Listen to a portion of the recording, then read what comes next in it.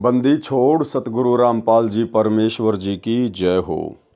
परमपिता परमात्मा सारी सृष्टि के रचनहार कुल मालिक असंख्य ब्रह्मांडों के स्वामी जगत गुरु तीनों लोकों में प्रवेश करके सबका भरण पोषण करने वाले राजाधिराज आत्माधार नाथों के नाथ देवों के देव महादेव सर्वेश्वर महेश्वर मृत्युंजय अजरो अमर आदि अनादि सनातनी प्रभु जगत पिता जगदीश्वर श्री श्री 1008 की उपाधि के वास्तविक अधिकारी अकाल मूरत शब्द स्वरूपी राम वासुदेव सर्वगतम ब्रह्म परम पूज्य प्रथम पूज्य परम संत परम पुरुष परम धनी परम दयालु सत्य कबीर हक्का कबीर अल्लाह अकबर बाखबर अल्लाह ताला जगत के तारणहार जगत के मुक्तिदाता जगत के जगन्नाथ हारे के सहारे हिंदुओं के राम मुसलमानों के अल्लाह सिखों के वाहिगुरु ईसाइयों के मसीह दया के सागर दयानिधि करुणा के सागर करुणानिधि स्वयंभू परिभू संकट मोचन कष्ट हरण मंगल करण दुख भंजन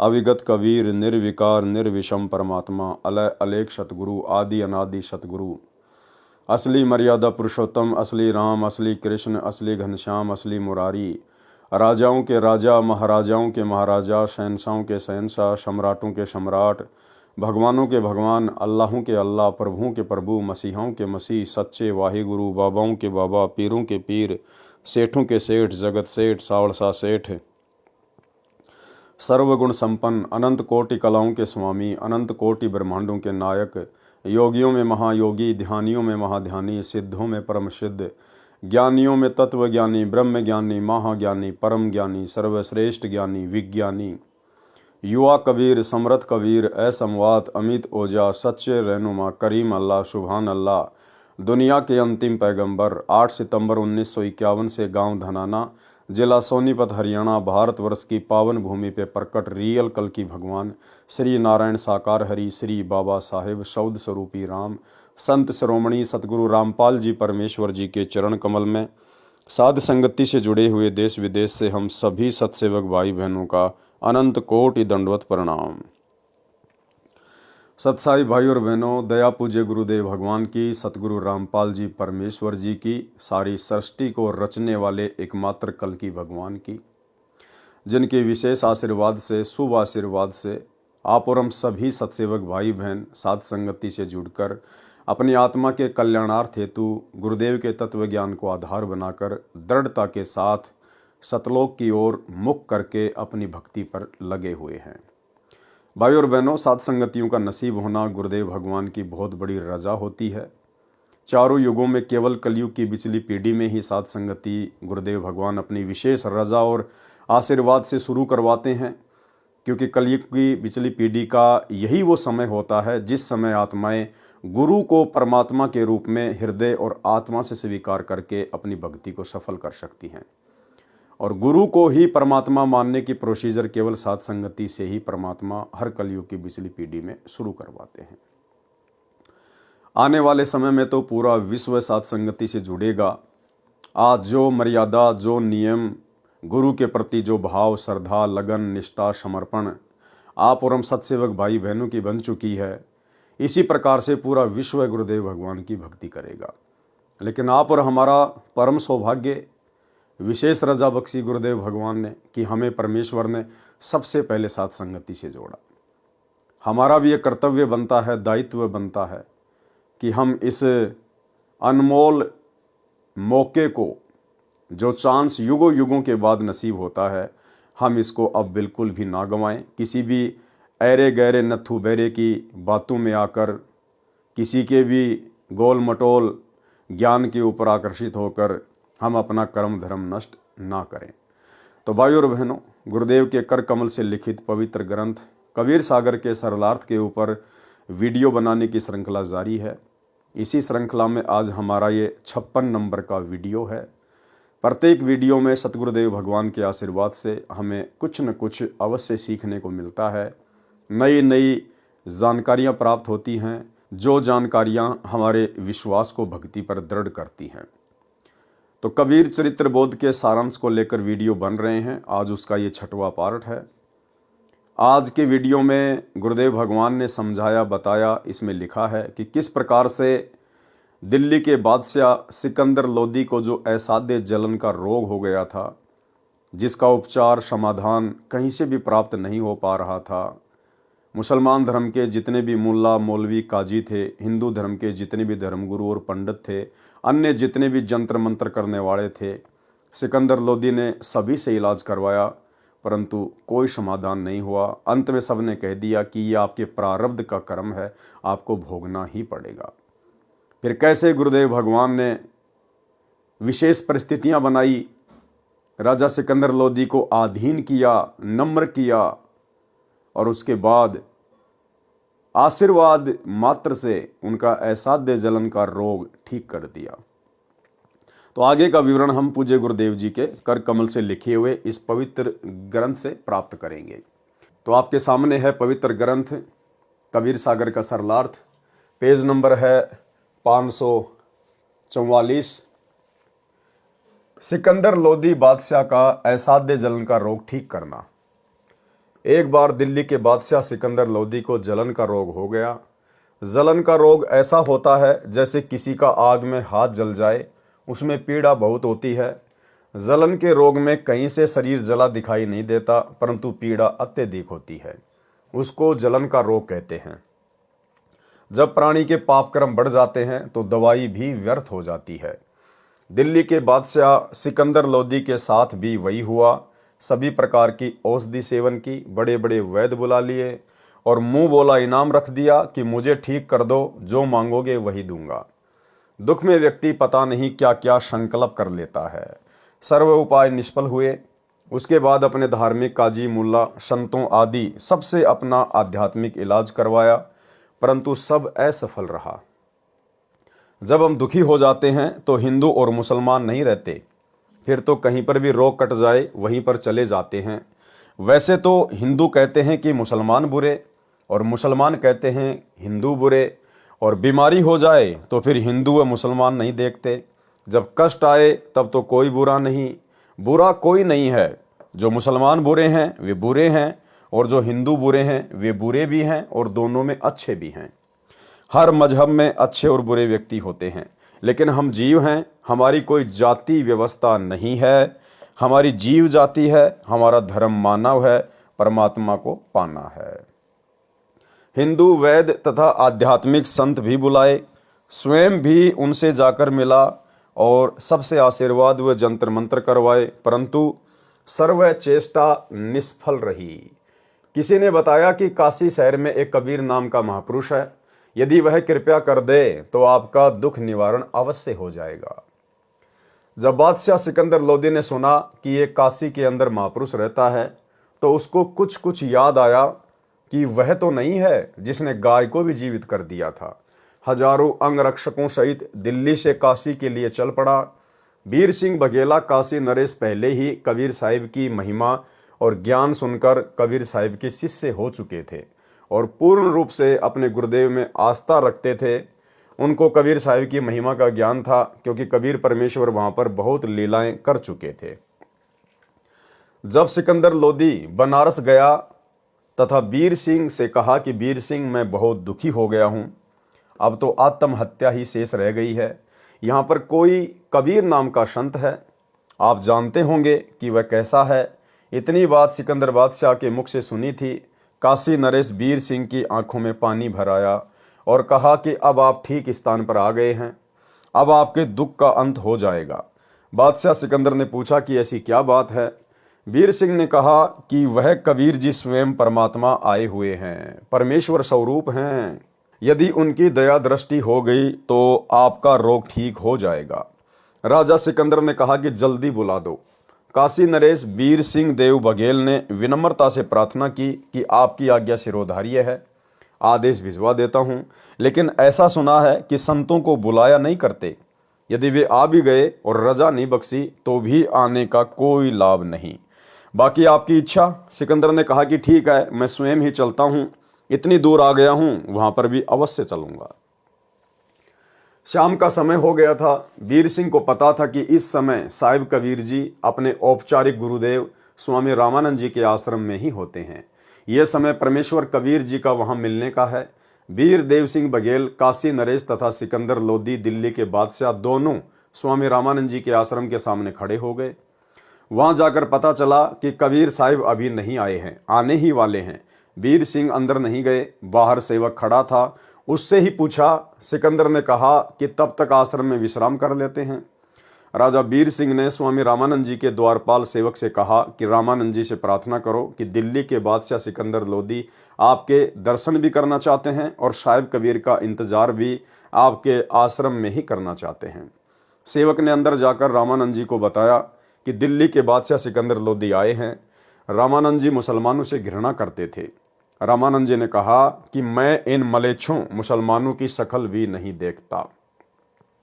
ध्यान देना भाई और बहनों, रामानंद जी मुसलमानों से घृणा करते थे। रामानंद जी ने कहा कि मैं इन मलेच्छों मुसलमानों की शक्ल भी नहीं देखता। भाई और बहनों, वैसे तो ये किसी भी भक्ति में उचित नहीं है, और विशेषकर इस कबीर परमेश्वर सतगुरु रामपाल जी की भक्ति में ये जो घृणा शब्द है, राग द्वेष ईर्ष्या मनमुटाव जलन, ये बिल्कुल भी न्यायोचित नहीं है। आप कितने ही वर्षों से सतगुरु की भक्ति कर रहे हैं, आपको कोई भी नाम प्राप्त है, कितना भी आपको ज्ञान हो गया है, यदि आप भगत समाज तो छोड़िए, यदि आप जगत वालों से भी घृणा करते हैं, राग द्वेष ईर्ष्या करते हैं, मनमुटाव रखते हैं, आप 7 जन्म भी सतलोक का दरवाजा देखने के योग्य नहीं हैं। और इस काल के द्वारा उत्पन्न किया गया ये सबसे भयंकर रोग राग द्वेष ईर्ष्या का, घृणा का, ये सतगुरु रामपाल जी परमेश्वर जी के परिवार को बुरी तरह से घेर के बैठा है। सतलोक आश्रम मैनेजमेंट हरियाणा को, कोऑर्डिनेटरों को बुरी तरह से घेर कर बैठा हुआ है। बरवाला कांड 2014 के बाद से सतगुरु रामपाल जी परमेश्वर जी की संगत 2 भागों में विभाजित हो चुकी है। एक भाग जिसे साध संगति कहते हैं, जो ज्ञान को आधार बनाकर, गुरु को इष्ट मानकर और अपने घर को आश्रम बनाकर अपने गुरुदेव की गैर हाजिरी में मर्यादाओं में रहकर अपनी भक्ति कर रहा है। दूसरा भाग है सतलोक आश्रम, जिन्हें सतगुरु रामपाल जी का कलयुगी परिवार संभालता है। ये लोग ज्ञान आधार की भक्ति से कोसों दूर है, अज्ञान और पाखंड के ऊपर बैठे हुए हैं। आए दिन ज्ञान विरुद्ध हरकतें करके स्वयं भी अपने कर्म फोड़ते रहते हैं, बेचारी भोली भाली संगत के भी फुड़वाते रहते हैं। और ये सतलोक आश्रमों से जुड़े हुए बड़े बड़े कोऑर्डिनेटर, बड़े बड़े आश्रमों के संचालक, गुरुदेव का कलयुगी परिवार, ये लोग साध संगति वालों से घृणा करते हैं, राग द्वेष ईर्ष्या करते हैं। इन लोगों को जलन होती है जब हम लोग ज्ञान आधार से कोई बात करते हैं, साथ संगति करते हैं, या संगत को गुरुदेव के ज्ञान आधार से समझाने की दृष्टि से वीडियो बनाकर सोशल मीडिया पर वायरल करते हैं। ये लोग घृणा करते हैं, राग द्वेष ईर्ष्या करते हैं, जो इनके पतन का सबसे बड़ा कारण है, सबसे बड़ा कारण है। ये काल की सूक्ष्म चाल है, इस चाल से ये लोग अपरिचित हैं और दिन प्रतिदिन अपने कर्म फोड़ने की दिशा में आगे बढ़ रहे हैं। इनका ये प्रयत्न कभी भी सफल नहीं होगा, सिवाय इनकी भक्ति, समय और श्वासों की बर्बादी के। इसलिए आप और हम सत्सेवक भाई बहनों ने शिक्षा लेनी है। यदि आप किसी के विचारों से सहमत नहीं हैं तो भाई और बहनों, हमने उससे राग द्वेष ईर्ष्या नहीं करनी है, हमने उसकी निंदा चुगली नहीं करनी है, हमने उस आत्मा से घृणा नहीं करनी है। गुरुदेव भगवान ने बताया कि कोई भी व्यक्ति बुरा नहीं होता है, बुरे होते हैं उसके विचार, उसका आचरण, उसका स्वभाव। इसलिए आम समाज में भी ये कहावत है कि पाप से नफरत करनी चाहिए, पापी से नफरत नहीं करनी चाहिए। तो भाई और बहनों, आप और हमने भूलकर भी परमेश्वर की किसी भी आत्मा से राग द्वेष ईर्ष्या मनमुटाव घृणा बिल्कुल शौपन में भी नहीं करनी है। यदि हम उनके विचारों से सहमत नहीं हैं, हमारे और उनके विचार मेल नहीं खाते हैं, जैसे परमेश्वर अपनी वाणी में कहते हैं कि इष्ट मिले और मन मिले, मिले सकल सब रीत, कहे कबीर ता जाइए रे संतन की प्रीत। यदि आपके किसी से विचार मेल नहीं खाते हैं, आप खुशी खुशी उनसे दूरी बनाना शुरू कर दीजिएगा, लेकिन मनमुटाव, राग द्वेष ईर्ष्या और घृणा इस परमेश्वर की मोक्ष वाली भक्ति में कहीं भी जायज नहीं है। यदि आपने ऐसा किया, अंत में सिवाय धोखे के आपको कुछ भी हाथ नहीं लगेगा। तो पंडित रामानंद जी मुसलमानों से बहुत ज्यादा राग द्वेष ईर्ष्या किया करते थे, और आगे चलकर उनको क्या सजा मिली, कितनी बड़ी सजा उनको मिली। उसी घृणा के कारण दिल्ली के बादशाह सिकंदर लोदी ने गुस्से में आकर पंडित रामानंद जी की तलवार से गर्दन अलग कर दी। लेकिन परमेश्वर तो परमेश्वर है, एक तीर से अनेकों शिकार करते हैं। परमेश्वर ने क्या क्या शिकार किए, ये अब गुरुदेव के कर कमल से लिखित पुस्तक में आगे पढ़ेंगे। रामानंद जी मुसलमानों से घृणा करते थे। रामानंद जी ने कहा कि मैं इन मलेच्छों मुसलमानों की शक्ल भी नहीं देखता, कह दो कि बाहर बैठ जाएगा। जब सिकंदर लोदी ने यह सुना तो क्रोध में भरकर, क्योंकि राजा में अहंकार बहुत होता है और वह दिल्ली का बादशाह, कहा कि ये 2 कौड़ी का महात्मा दिल्ली के बादशाह का अनादर कर सकता है तो साधारण मुसलमान के साथ ये कैसा व्यवहार करता होगा, इसको मजा चखा दूं। रामानंद जी अलग आसन पर बैठे थे। सिकंदर लोदी ने जाकर रामानंद जी की गर्दन तलवार से काट दी, वापस चल पड़ा और फिर उसको याद आया कि मैं जिस कार्य के लिए आया था और वह काम अब पूरा नहीं होगा। कहा कि वीर सिंह देख, मैं क्या जुल्म कर बैठा, मेरे बहुत बुरे दिन हैं, चाहता हूं अच्छा करना और होता है बुरा। कबीर साहिब के गुरुदेव की हत्या कर दी, अब वे कभी भी मेरे ऊपर दया दृष्टि नहीं करेंगे, मुझे तो ये दुख भोग कर ही मरना पड़ेगा, मैं बहुत पापी जीव हूं। ये कहता हुआ आश्रम से बाहर की ओर चल पड़ा। वीर सिंह अपने बादशाह के आगे क्या बोलता। जो ही आश्रम से बाहर आए, कबीर साहिब आते दिखाई दिए। वीर सिंह ने कहा कि महाराज जी, मेरे गुरुदेव कबीर साहिब आ गए। जो ही कबीर साहिब थोड़ी दूर रह गए, वीर सिंह ने जमीन पर लेटकर उनको दंडवत प्रणाम किया। अब सिकंदर बहुत घबराया हुआ था। अगर उसने ये जुल्म नहीं किया होता तो वह दंडवत नहीं करता, और दंडवत नहीं करता तो साहिब उस पर रजा भी नहीं बख्श पाते, क्योंकि ये नियम होता है। यानी परमेश्वर कहते हैं, आधीनी के पास है पूर्ण ब्रह्म दयाल, मान बड़ाई मारियो बेअदबी सिरकाल। सारी लीला परमेश्वर ने खेली। और लीला क्यों खेली भाई और बहनों?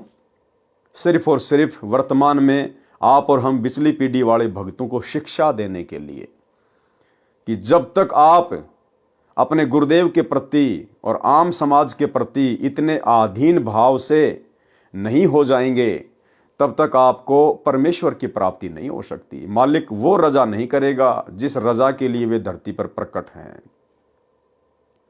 मालिक को पता था कि सिकंदर लोदी दिल्ली का बादशाह है और राजा मान बढ़ाई और अहंकार से कूट कूट के भरा होता है।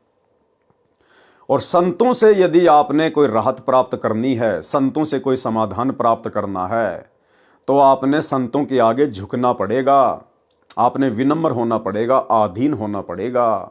जिस प्रकार पानी पीने के लिए ठूटी के नीचे झुकना पड़ता है, ऊपर मुंह करके पानी नहीं पिया जाएगा। पी भी लिया तो वो पानी आपको पूरी संतुष्टि नहीं दे पाएगा। तो कबीर परमेश्वर जी ने अपनी प्यारी आत्मा सिकंदर लोदी का जलन का असाध्य रोग ठीक करना था। अपनी महिमा भी उन्होंने जो है वो प्रकट करवानी थी। आप और हमारे लिए वर्तमान में एक संदेशा भी देना था, परमेश्वर ने उदाहरण भी पेश करना था, और उस घटना को परमेश्वर ने जन्म दिया। दूसरी तरफ पंडित रामानंद जी, उनको भी परमात्मा ने एक सबक सिखाना था कि जब तक आप इस भक्ति मार्ग में समदृष्टि से होकर नहीं चलोगे, सभी को अपने भाई बहन नहीं समझोगे, तब तक आप इस भक्ति मार्ग पर सफल नहीं हो सकते। तो कबीर साहिब को जैसे ही सिकंदर लोदी ने देखा, और उसने पहले रामानंद जी की गर्दन काट दी थी, और ज़्यादा दुखी हो गया। और जैसे ही राजा वीर सिंह बघेल ने अपने गुरुदेव को मुकुट सहित दंडवत प्रणाम किया, तो राजा सिकंदर लोदी भी पीछे पीछे दंडवत प्रणाम करने के लिए जमीन पे लेट गया। अगर परमात्मा इस घटना को जन्म ना देते, राजा सिकंदर लोदी के हाथों स्वामी रामानंद जी की गर्दन ना कटवाते, राजा सिकंदर लोदी कभी भी जमीन पर लेटकर कबीर साहिब को दंडवत प्रणाम नहीं करता। और यदि वो इतना आधीन ना होता, दंडवत प्रणाम ना करता, तो परमात्मा उसके ऊपर दया नहीं बख्शते। ये नियम बताया गुरुदेव भगवान ने। कबीर साहिब आते दिखाई दिए। वीर सिंह ने कहा कि महाराज जी, मेरे गुरुदेव कबीर साहिब आ गए। जो ही कबीर साहिब थोड़ी दूर रह गए, वीर सिंह ने जमीन पर लेटकर उनको दंडवत प्रणाम किया। अब सिकंदर बहुत घबराया हुआ था। अगर उसने ये जुल्म नहीं किया होता तो वह दंडवत नहीं करता, और दंडवत नहीं करता तो साहिब उस पर रजा भी नहीं बख्श पाते, क्योंकि ये नियम होता है। अति आधीन दीन हो प्राणी, ताते कहिए ये अकत कहानी, ऊंचे पात्र जल ना जाई, ताते नीचा हुजे भाई। आदीनी के पास है पूर्ण ब्रह्म दयाल, मान बढ़ाई मारिए बेअदबी सिरकाल। कबीर परमेश्वर ने यहाँ पर एक तीर से दो शिकार किए। स्वामी रामानंद जी में धर्म भेदभाव की भावना शेष थी, वह भी निकालनी थी। और भाई और बहनों, वर्तमान में 650 साल के बाद भी ये धर्म भेद भावना सतलोक आश्रम मैनेजमेंट हरियाणा में कूट कूट के भरी है। ये लोग ज्ञान गंगा पुस्तक का प्रचार करते हैं, लेकिन इन्होंने ज्ञान गंगा पुस्तक का एक पेज भी ढंग से अगर पढ़ लिया होता, समझ लिया होता, तो इनका खुद का उद्धार हो जाता। अभी कुछ ही दिन पहले जब बांग्लादेश में तख्ता पलट हुआ, वहाँ के मुसलमानों ने हिंदुओं के ऊपर अत्याचार करने शुरू किए, जैसा कि न्यूज़ वगैरह आ रही हैं। हमारे देश के जो हिंदू भाई हैं, जिनको आध्यात्मिक ज्ञान नहीं है, तत्व ज्ञान नहीं है, धर्म और जाति मजहबों की जंजीरों में जकड़े हुए हैं काल प्रेरणा से, तो यहाँ के विश्व हिंदू परिषद और बजरंग दल वालों ने मध्य प्रदेश में और अन्य जगह पर रैलियां निकाली, धरने निकाले, सभाएं की, विरोध प्रदर्शन किया। और इस विरोध प्रदर्शन में जबरदस्ती बिरानी आग में सतलोक आश्रम मैनेजमेंट हरियाणा भी कूद पड़ा। देवास और मंदसौर के आसपास के भक्तों को मुसलमानों के विरोध में बजरंग दल वालों के साथ में बैठा दिया गया, वहां के कोऑर्डिनेटरों के द्वारा। अरे भैया, हम तो परमेश्वर के बच्चे हैं। अरे आप और हमारा धर्म ना हिंदू है, ना मुसलमान, ना सिख, ना ईसाई। हम पैदा जरूर हिंदू मुस्लिम सिख ईसाई धर्मों में हुए हैं, लेकिन आज हमें असली धर्म की परिभाषा का ज्ञान हो गया। आज हम असली मानव धर्म से जुड़ चुके हैं। जीव हमारी जाति है, मानव धर्म हमारा, हिंदू मुस्लिम सिख ईसाई धर्म नहीं कोई न्यारा। इसके बावजूद भी सतलोक आश्रम मैनेजमेंट हरियाणा मुसलमानों के विरोध में और हिंदुओं के पक्ष में खड़े होकर और रैलियों में जगत वालों के साथ बैठे हैं। ये होता है धर्म भेदभाव। ये धर्म भेदभाव इस कबीर परमात्मा सतगुरु रामपाल जी के भक्ति मार्ग में नहीं चलेगा। ऐसा करने से भगत की मर्यादा खंडित होती है, गुरुदेव नाराज होते हैं। अरे हमें समझ में आ गया, हम बिरानी आग में क्यों जलें। जिनको अभी तक ये बातें समझ में नहीं आई हैं, वो लड़ो मरो जलो, हमें क्या लेना देना। लेकिन जबरदस्ती काल प्रेरणा से सब कुछ ये हुआ। तो यहां पर परमात्मा वही कह रहे हैं, कबीर परमेश्वर जी ने यहां पर एक तीर से दो शिकार किए। स्वामी रामानंद जी में धर्म भेदभाव की भावना शेष थी, वह भी निकालनी थी। रामानंद जी मुसलमानों को हिंदुओं से अभी भी भिन्न तथा हे मानते थे। सिकंदर में अहंकार की भावना थी, यदि वह नम्र नहीं होता तो कबीर साहिब कृपया नहीं करते तथा सिकंदर स्वस्थ नहीं होता। वीर सिंह को देखकर तथा डरते हुए सिकंदर लोधी ने भी दंडवत प्रणाम किया। कबीर परमेश्वर जी ने दोनों के सिर पर हाथ रखा और कहा कि दो दो नरेश आज मुझ गरीब के पास कैसे आए हैं, मुझ गरीब को कैसे दर्शन दिए। परमेश्वर कबीर जी ने अपना हाथ उठाया भी नहीं था कि सिकंदर का जलन का रोग समाप्त हो गया। भाई और बहनों, आज भी धरती पर वही कबीर परमात्मा प्रकट है, बस पहचानने की देर है। आज भी ऐसे ऐसे ना जाने कितने असाध्य रोग इस कबीर परमेश्वर सतगुरु रामपाल जी ने नाम दीक्षा लेने से पहले मात्र अपने आशीर्वाद से ठीक किए। आशीर्वाद से। एक छोटा सा सत्संग एक हरियाणा की बहन को किस प्रकार से गुरुदेव भगवान ने मात्र अपने आशीर्वाद से स्वस्थ कर दिया, जिसका समाधान, जिसका इलाज वो कहीं भी प्राप्त नहीं कर पा रही थी। घर वाले पैसे दे दे के थक चुके थे, अंत में हार मान चुके थे। जैसे ही सतगुरु की शरण में आए, सतगुरु ने ऐसी रजा बख्शी, उसका वो असाध्य रोग छू मंत्र मात्र आशीर्वाद से। सुनिए। आज भी हम आपको ऐसे ऐसे, यहाँ पर भी कई बहन है ऐसी जो पहले बहुत तंग रहती थी। एक तया बेबे है संतोष, खड़ी हुई है, एक वह उठ उठ शर्मावना। एक भी इसकी बेबे का चित्र ले तो फिल्म वाला, ये देख इसको। या मकडोली बह रखी है, छोटी मकडोली, संतोष नाम से इस बेबे का। और ये इसका देवर है भक्त सुखबीर, ये यहाँ बैठा। इसका बड़ा भाई यानी संतोष का पति जो है फौज में भर्ती है। चित्र आ जाता फिर बंद कर दिए। तो ये लड़की 8-9 वर्ष से तकलीफ थी। बैठ जा बेटे। तो कुछ भी कहो, हम तो कर्मदंड कहते हैं। डॉक्टर बीमारी बता देते हैं, शाना ओपरा बता दे। तो जी क्या हुआ, इन्होंने सारा इलाज करवा लिया, एक नाम भी ले रखा था किसी दूसरे संत ने, और श्राद्ध का नाग तो अपने जनु आम चीज सहे, फिर दोख वीर, पूजा वीर, फलानी वीर, दकड़ी भी, वो सारी।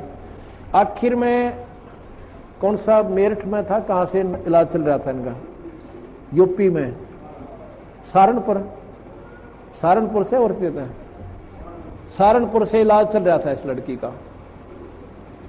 तो इसकी सुखबीर की बहन रामरती नाम साड़ जी शीतल नगर में ब्याह रखी, और वह रामरती एक दिन इस बहन श्यावत्री है शीतल नगर में, या हमारी बहन सेविका, इसके पास आ गई। कोई वो लेखा जोखा करते हैं, अंडा करें, सरकारी उनकी ड्यूटी लग जाती है। तो इसने उसको समझा दिया, बेबे बैठ जा, चाह पानी पियो पहलाता है। फिर कबीर साहब के बारे में इस श्यावत्री ने, एक तो कमला यहीं आ रही हो मेरे ख्याल में, एक राम हुआ बैठी है, ये दोनों बाण अपनी सरकारी नौकरी पे थी, इनकी ड्यूटी लाग रही थी, वे गणना की खातर कोई आंकड़े इकट्ठे करने थे। यह श्यावत्री के पास पहुंच गई।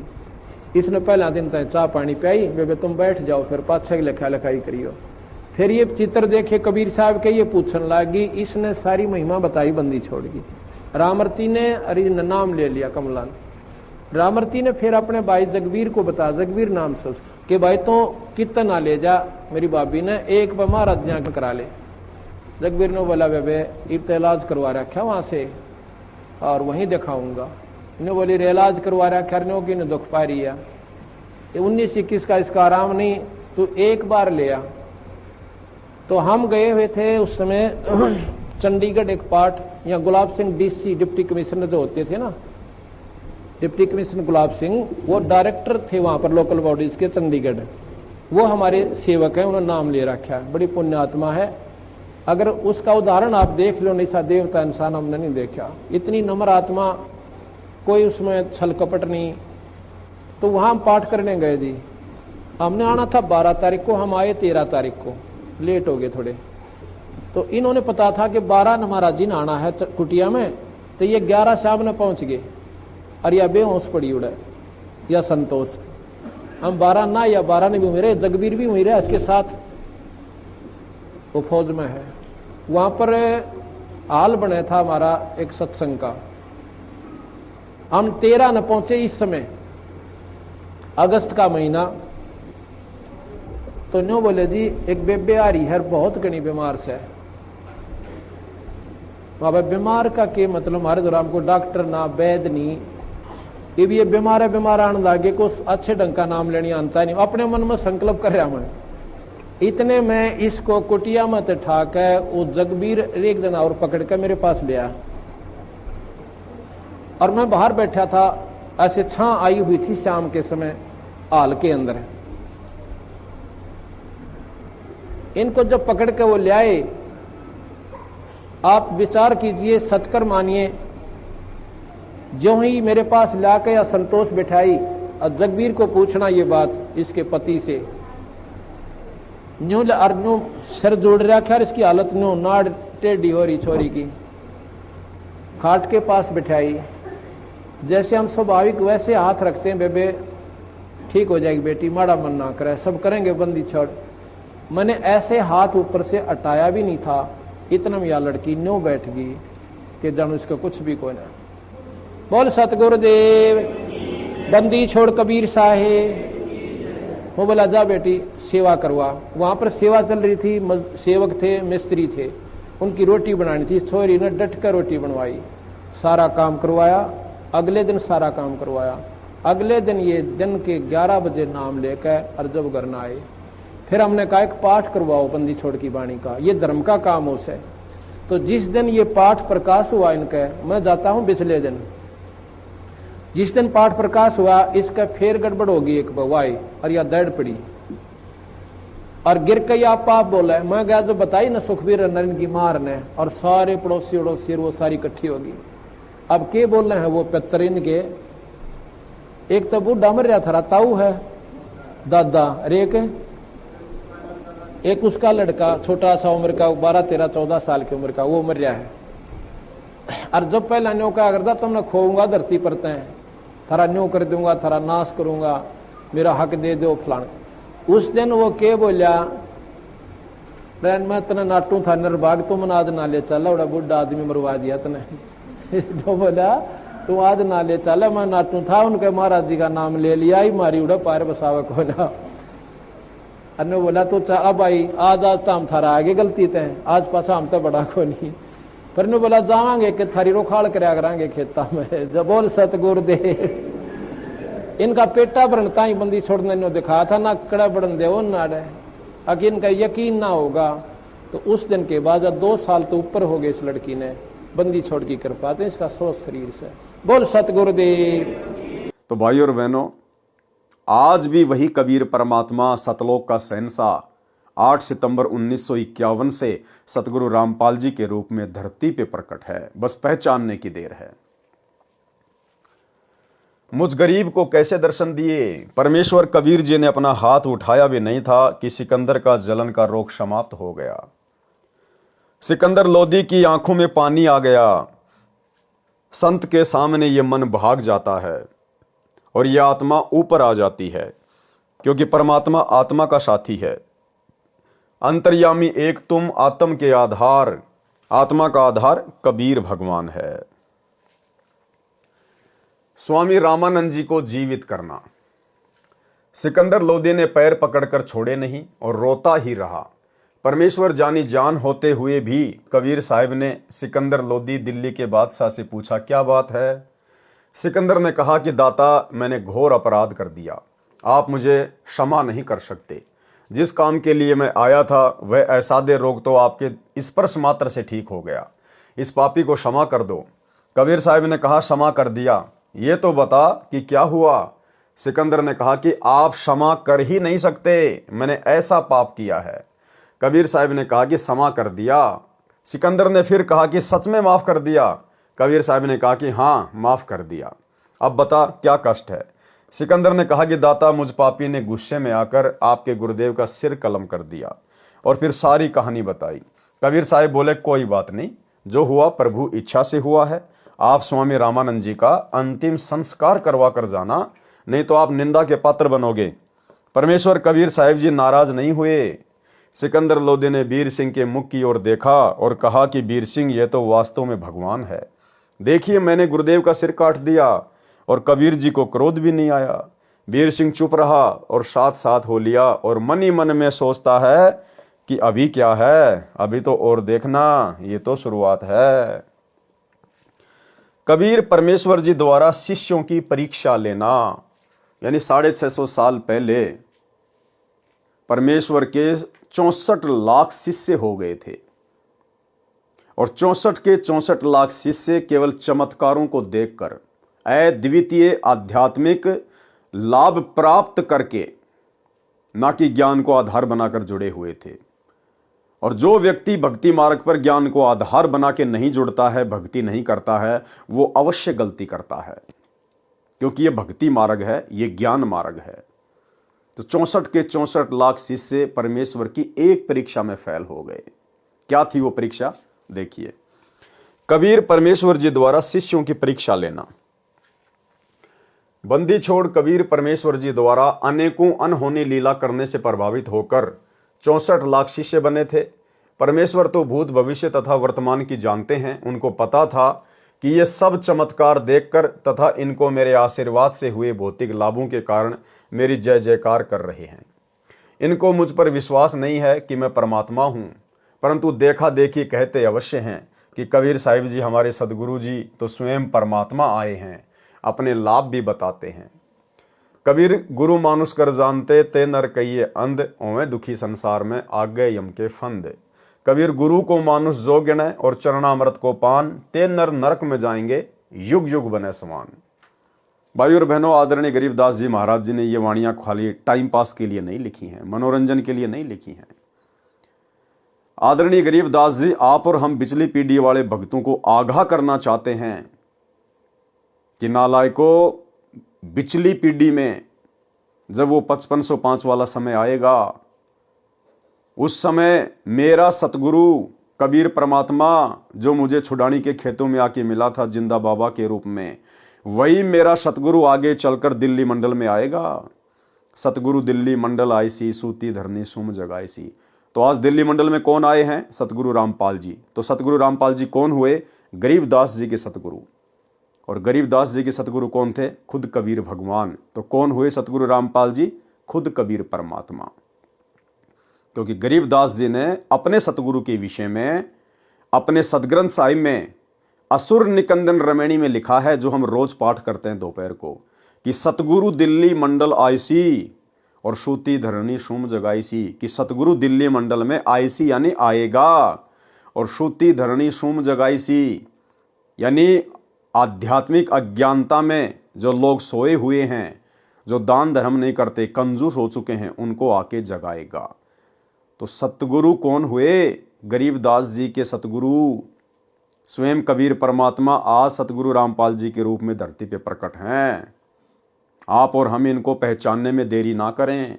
इसलिए गरीबदास जी ने अपनी वाणी में कहा कि गुरु मानुष कर जानते वो नर कहिए अंध, और वह दुखी संसार में आ गए यम की फंद। यदि आप मेरे सतगुरु को, जो कि तुम्हें भी अपनी शरण में लेगा पिछली पीढ़ी में, अगर आपने उनको एक मानुष मान लिया, माँ के गर्भ से जन्म लेकर आया हुआ गांव धनाने का रामपाल जाट मान लिया, तो गरीबदास जी कहते हैं तुम तो अंधे की श्रेणी में गिना जाओगे। वे नर कहिए अंध, और ओमें दुखी संसार में आ गए यम के फांद। क्योंकि गुरु को मानुष मानने वाला मोक्ष प्राप्त नहीं कर सकता। मोक्ष प्राप्त नहीं करेगा तो यही 84 लाख योनियों में रह जाएगा, जन्म और मरण में रह जाएगा, तो दुख ही दुख उठाएगा। भाई और बहनों, मौका है आज अपने गुरुदेव को परमेश्वर मानकर इस काल के असंख्य कष्टों से छुटकारा प्राप्त करने का। अन्यथा ये गोल्डन चांस फिर हमें ना जाने कब मिलेगा। मिले तो मिले, ना तो ना मिले, क्योंकि परमात्मा हर बार मौका नहीं देता है। और भी असंख्यों आत्माएं हैं परमेश्वर ने जिनको भी अपनी शरण में लेना होता है, भक्ति की कलम चढ़ानी होती है। आज सहज में परमात्मा हमें मिल गया, आज हमें सहज में मोक्ष मिलने जा रहा है। आवश्यकता है तो ज्ञान को आधार बनाकर और गुरु को परमात्मा मानकर भक्ति करने की। ये गलती भाई और बहनों आज हम बिल्कुल भी ना करें। दूसरा, आदरणीय गरीबदास जी कह रहे हैं कि गुरु को मानुष जो गिने और कर चरणा अमृत को पान, ते नर नरक में जाएंगे जन्म जन्म बने समान। यानी आपने उस तत्वदर्शी संत को गुरु भी धारण कर लिया, और यदि आप लोगों की देखा देखी रोजाना उनका चरणामृत भी ले रहे हो और गुरु को मान रहे हो, मानुष माँ के गर्भ से जन्म लिया हुआ, तो भी आप पार नहीं हो सकते। और पार नहीं होगे तो 84 लाख योनियों में जाओगे, जन्म जन्म बने समान, यानी कुत्ते की योनि प्राप्त करोगे। कितनी बड़ी बात कह दी गरीबदास जी ने कि उस तत्वदर्शी संत की शरण में आने के बाद भी अगर उनको परमात्मा नहीं माना और एक मानुष मानकर चरणामृत पीते रहे तो कुत्ते की योनि प्राप्त होगी, जन्म जन्म बने समान। और आज सात संगत से जुड़े हुए सत्सेवक भाई बहनों को छोड़कर सतलोक आश्रमों से जुड़ी हुई 90% संगत सतगुरु रामपाल जी को मानुष मानकर ही चरणामृत लेती है। और चरणामृत भी कभी कभार याद आ गया तो, खांसी जुकाम हो गया तो, ना उनको चरणामृत लेने की विधि का पता। क्योंकि ये लोग 8 सितंबर को अपने गुरुजी का जन्मदिन मनाते हैं इन आश्रमों में। ये लोग अपने गुरुजी को इंद्रोमाई के पेट से जन्म लिया हुआ मानते हैं। इसीलिए तो गरीबदास जी ने कहा था कि गुरु मानुष कर जानते वो नर कहिए अंध। मानुष कौन होता है? जो मां के गर्भ से जन्म लेके आता है। तो ये आध्यात्मिक क्षेत्र में बहुत बड़ी गलती, सबसे बड़ी गलती की जा रही है काल प्रेरणा से सतलोक आश्रम मैनेजमेंट हरियाणा के द्वारा। एक छोटा सा सत्संग जिसमें गुरुदेव ने स्पष्ट कर दिया गरीबदास जी की इसी वाणी को आधार बनाकर कि गुरु को मानुष जो गिने कर चरना अमृत को पान, ते नर नरक में जाएंगे जन्म जन्म बने समान। और गुरुदेव फिर लास्ट में कह रहे हैं कि चरणामृत अवश्य ले, लेकिन गुरु को परमात्मा मानकर, तब ये चरणामृत काम करेगा। सुनिए सत्संग। कबीर गुरु को मानुष जोगने और चरणामृत को पाने, ते नर नरक जावेंगे, हे जन्म जन्म होए समान। जो क्या बताते हैं, गुरु को मानुष मानते हैं और चरणामृत भी देखम देखा, चरणामृत भी गुरु जी के चरणों का जल उसको भी पी रहे हैं और ऊपर से एक मनुष्य मान रहे हैं। कहते उससे भी वो भी फिर 84 लाख योनियों का अधिकारी है, उसकी भक्ति चले नहीं। गुरु को मानुष जोगन और चरणामृत को पान, ते नर नरक में जावेंगे, फिर जन्म जन्म होवे समान। चरणामृत ले लेकिन भगवान समझ के ले। मान लो मूलधन 100 रुपये, पुण्यात्माओं एजुकेशन का अब आपको लाभ होगा।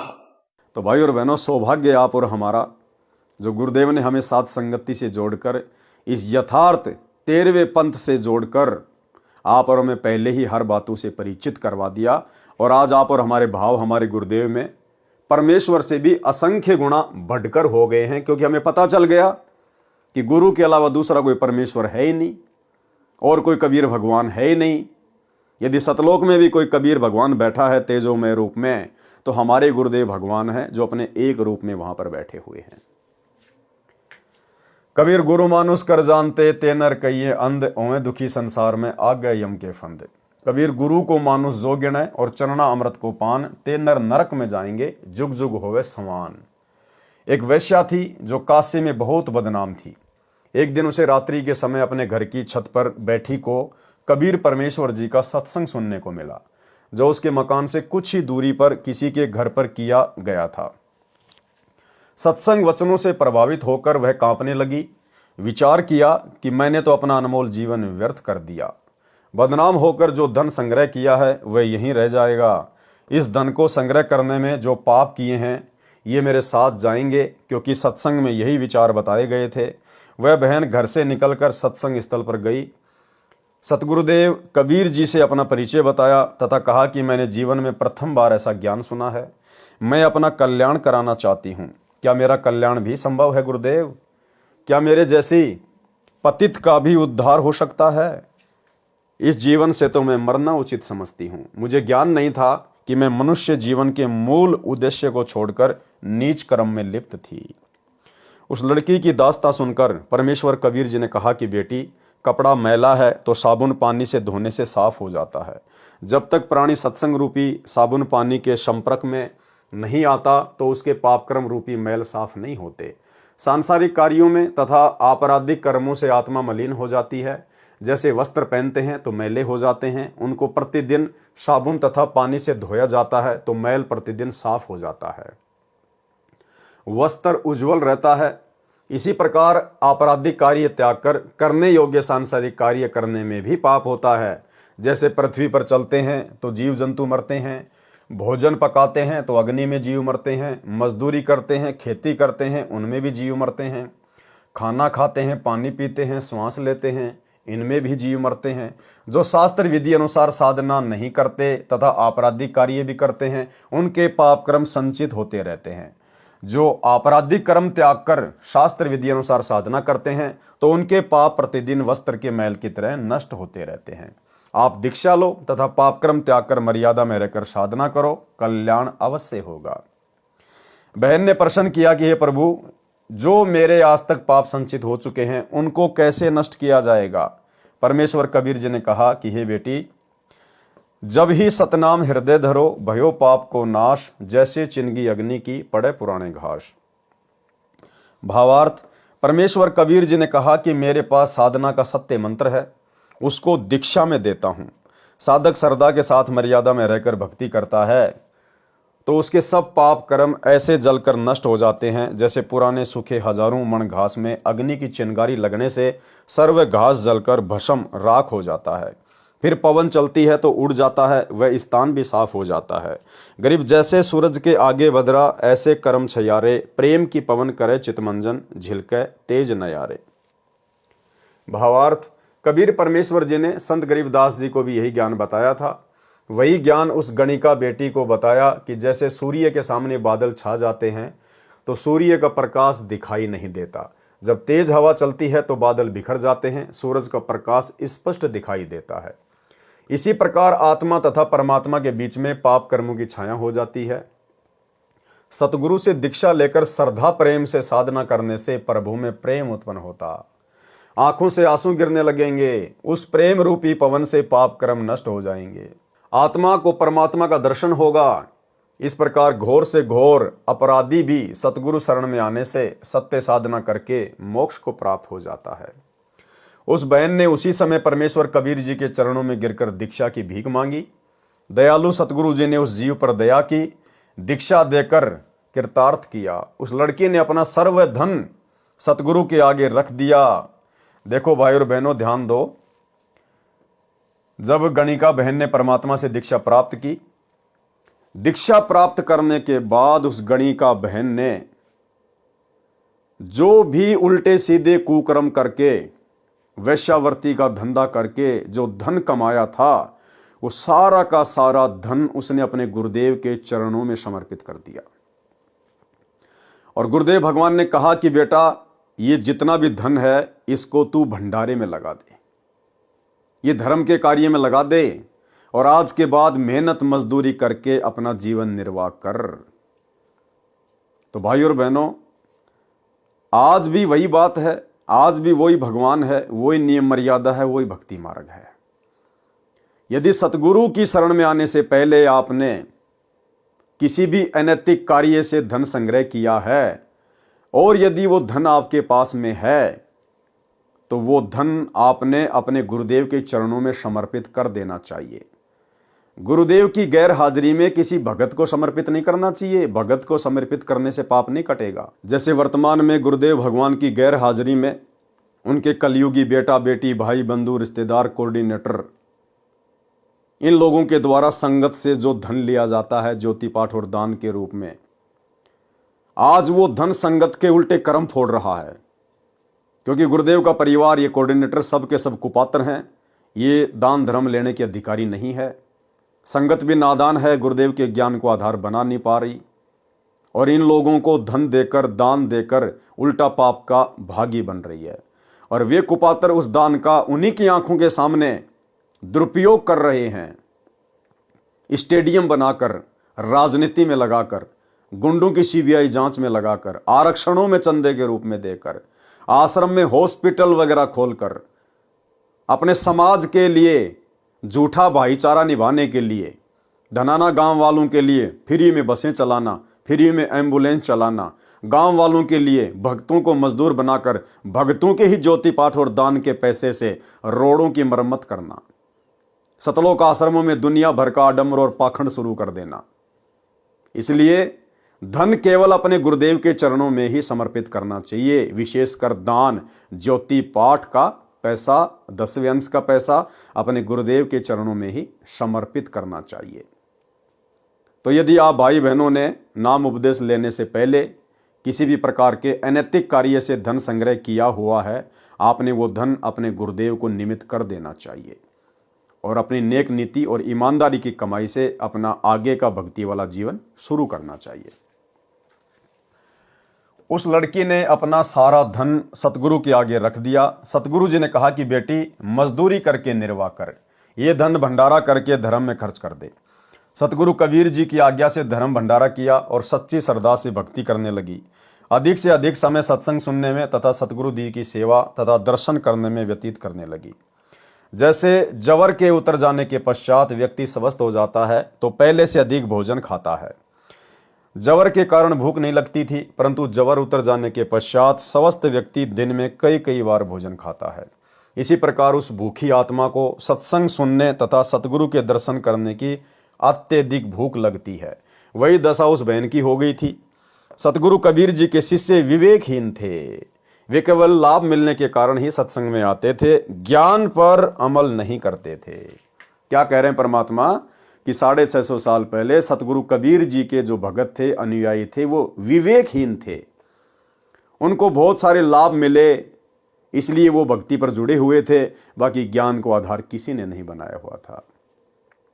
और भाई और बहनों, 650 साल पहले तो चलो भाई, उस समय गुरुदेव भगवान खुद एक अनपढ़ व्यक्ति की भूमिका निभा रहे थे।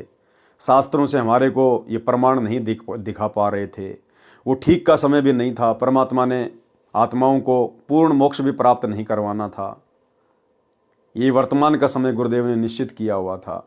इसलिए उस समय तो आत्माएं विवेकहीन हो सकती थी, लेकिन वर्तमान में गुरुदेव भगवान ने, उसी कबीर परमात्मा ने भला पिछले 30 वर्षों से क्या कमी छोड़ दी। कौन से धर्म का कौन सा धर्म ग्रंथ नहीं दिखाया। अपने परमेश्वर होने के विषय में, पूर्ण संत होने के विषय में क्या क्या प्रमाण नहीं दिखाए, क्या क्या सुख नहीं दिए जो परमेश्वर देता है। उसके बाद भी 90% संगत जो सतलोक आश्रमों से जुड़ी हुई है, 650 साल पहले से भी कहीं ज्यादा विवेकहीन है, बुद्धिहीन है। आज 2014 गुरुदेव के जेल जाने के बाद इस संगत ने ना जाने कितने पाखंड, कितने आडंबर, कितने भक्ति विरुद्ध कुकर्मों में जानबूझकर काल प्रेरणा से अपना पैर फंसा रखा है।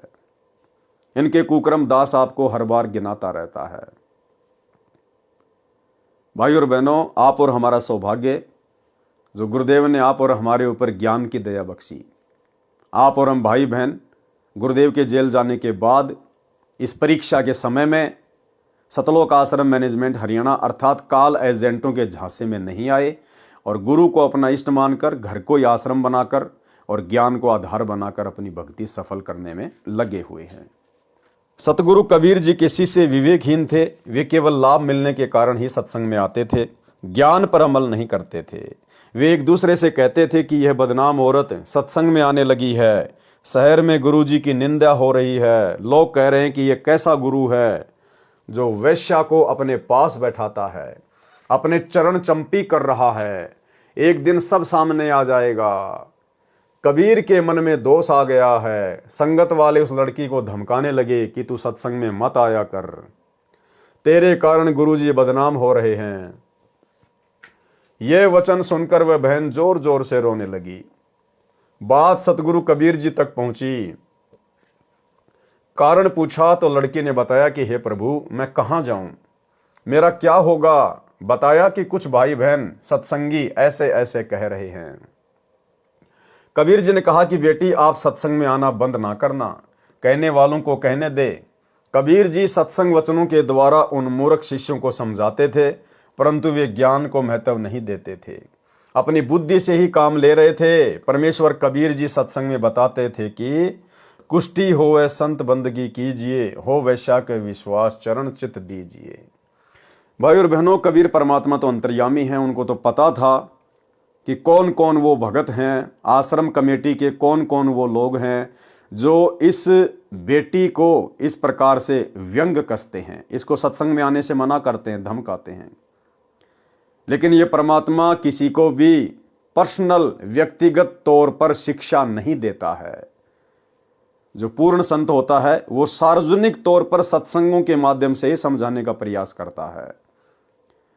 तो ये पता होने के बावजूद भी परमेश्वर ने उन व्यक्तियों को अलग से ना समझाकर कि कहीं मैं इनको अलग से समझाऊं और ये मेरी बात का बुरा मानकर कहीं भक्ति से दूर ना हो जाएं, क्योंकि जीव की औकात परमेश्वर के सामने है।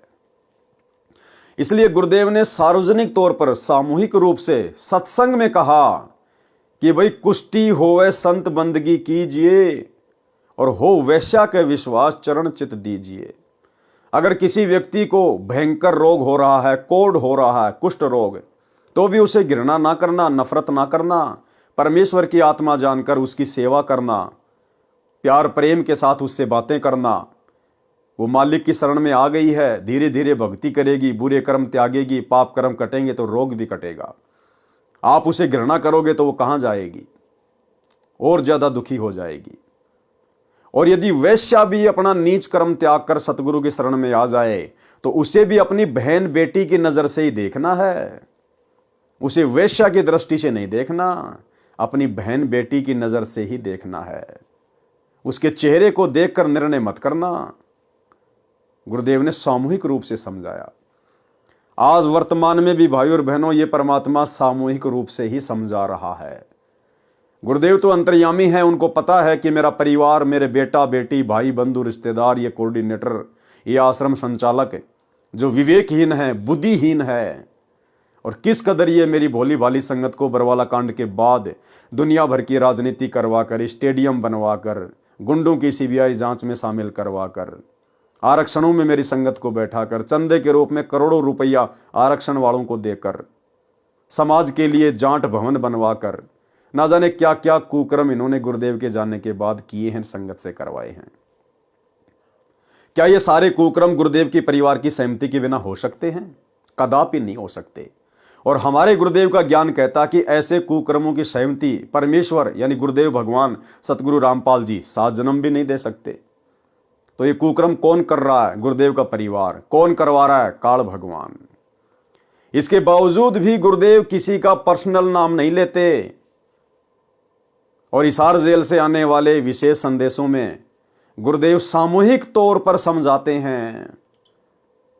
और गुरुदेव ने क्या कहा विशेष संदेश में? सतलोक आश्रम मैनेजमेंट हरियाणा के विषय में, आश्रम से जुड़े हुए कोऑर्डिनेटरों के विषय में। भाई और बहनों, यदि जरा भी आपके अंदर बुद्धि होगी, आप इन आश्रमों को ठोकर मारकर, ज्ञान को आधार बनाकर साथ संगति से जुड़कर भक्ति करना शुरू कर देंगे। और यदि आपकी बुद्धि पे पत्थर पड़े हैं तो बात अलग है। स्पष्ट कर दिया गुरुदेव ने कि अच्छे लोग तो जगत वाले भी ऐसा नहीं करते जैसा तुम भगत कर रहे हो। यानी हिसार जेल में बैठा हुआ परमात्मा सब कुछ देख रहा, वो अंतर्यामी है कि मेरी संगत तो आम जगत वाले लोगों से भी गई गुजरी हो चुकी है।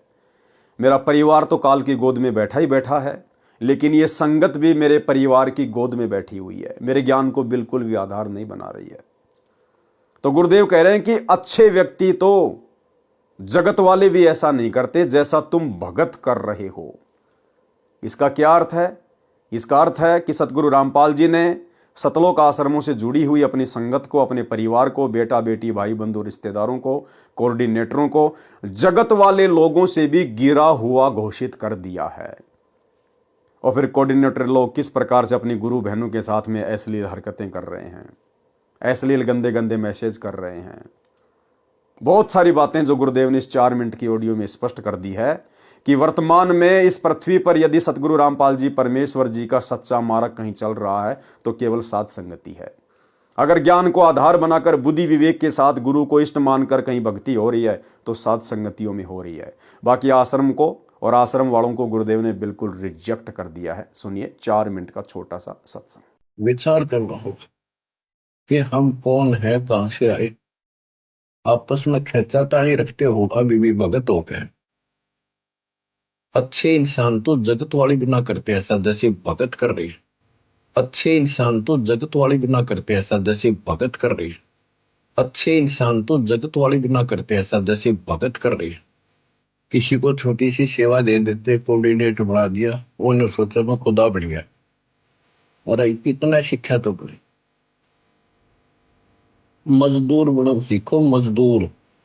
और कई देखा है कि कोऑर्डिनेटर या जिसकी जो भी व्यवस्था लगाई जाती है वो व्यवहार भी ठीक नहीं करते, धमकान लग जाते, फुरकान लग जाते। और कुछ ऐसी भी शिकायतें आई हैं जो बहन बेटियों के साथ गलत मैसेज भी डालते। तो वो दुष्ट लोग ना तो कोऑर्डिनेटर के योग्य है ना वो भगत के योग्य। और कुछ ऐसी भी शिकायतें आई हैं जो बहन बेटियों के साथ गलत मैसेज भी डालते। तो वो दुष्ट लोग ना तो कोऑर्डिनेटर के योग्य है ना वो भगत के योग्य। और कुछ ऐसी भी शिकायतें आई हैं जो बहन बेटियों के साथ गलत मैसेज भी डालते। तो वो दुष्ट लोग ना तो कोऑर्डिनेटर के योग्य है ना वो भगत के योग्य। तो ऐसा तो संगत माई कुसंगत उपजेगी। और ऐसी कुसंगत होगी फिर हम रखेंगे नहीं उसको खेत में। किसान उस कुबाड़ को पाड़ कर खेत तो बाहर फेंक देता है, तो उसको आप मिशन से निकाल दिया जाया करेगा। सुधर जाओ, एक नहीं सुनी जाया करती। दिशात्मक शिक्षा दी जाती है, अमल कर लो इन पे। कर्म बतेरे फोड़ लिए। इस ज्ञान का असर क्या हुआ? थोड़ा सा सुख होते फिर पक्के एजेंट काल के बन जाते। बकवाद वही करनी, भगवान से दूर हो जाएगा। थोड़ा सा सुख होते फिर पक्के एजेंट काल के बन जाते। बकवाद वही करनी, भगवान से दूर हो जाएगा। थोड़ा सा सुख होते फिर पक्के एजेंट काल के बन जाते। बकवाद वही करनी, भगवान से दूर हो जाएगा। तो भाई और बहनों, समझदार को तो संकेत ही काफी है, बाकी भैंस के आगे कितना बीन बजाओ उनको असर नहीं पड़ने वाला। तो गुरुदेव कहते हैं कुष्टी हो वह संत बंदगी कीजिए, हो वैश्या के विश्वास चरण चित दीजिए। भावार्थ, यदि सत्संग में कोडी भी आता है तो उसको भी करबद्ध प्रणाम करना चाहिए। यदि वैश्या भी सत्संग में विश्वास के साथ आती है तो उसका सत्कार कीजिए। उसके चेहरे पर निगाह ना करके अपनी माता बहन की तरह देखें। सामने देखने की बजाय पैरों की ओर नीची नजर से देखें।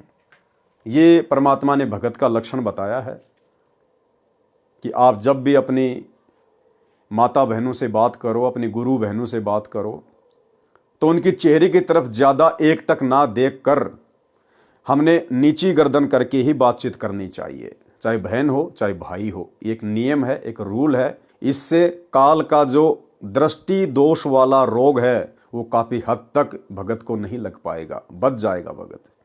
इसलिए परमेश्वर कहते हैं जब भी अपनी गुरु बहनों से, माताओं से आप जी बात करो या आम समाज में किसी से भी बात करो तो भगत की जो दृष्टि है वो नीचे की ओर ही होनी चाहिए। ठीक है, कभी कभार बातचीत करते एक आधी बार कुछ एक सेकंड के लिए यदि देखना भी पड़ जाए तो उसमें दोष नहीं है।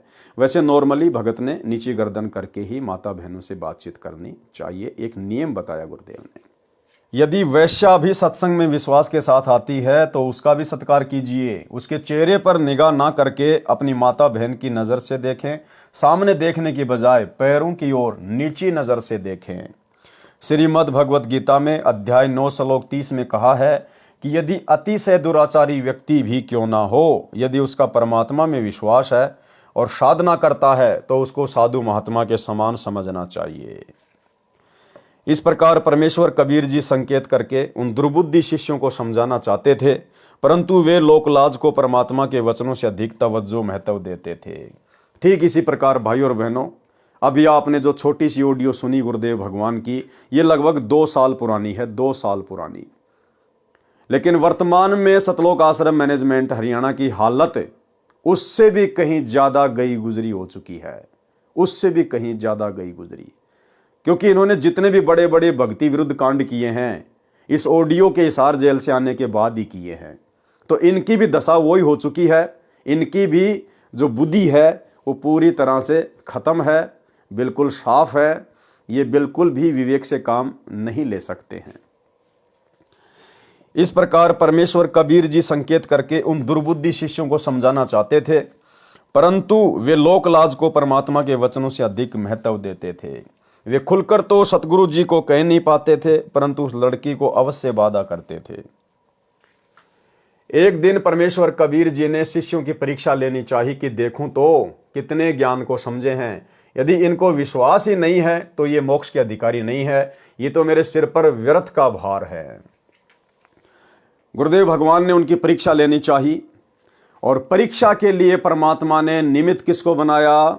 उसी गणिका बहन को, जिस गणिका बहन से वो संगत वाले नफरत करते थे, घृणा की दृष्टि से देखा करते थे। भाई और बहनों, इस कबीर परमेश्वर के मार्ग में इसी प्रकार की अजीबोगरीब लीलाएं होती हैं। आज वर्तमान में भी जो हमारी परीक्षा का समय चल रहा है 2014 बरवाला कांड के बाद से, गुरुदेव भगवान ने देखा सन 2014 में कि ये टोल इकट्ठा हो गया, टोल भीड़ इकट्ठी हो गई।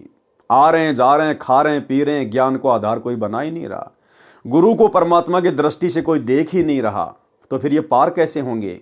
ये तो वही 650 साल पहले वाली गलती हो जाएगी।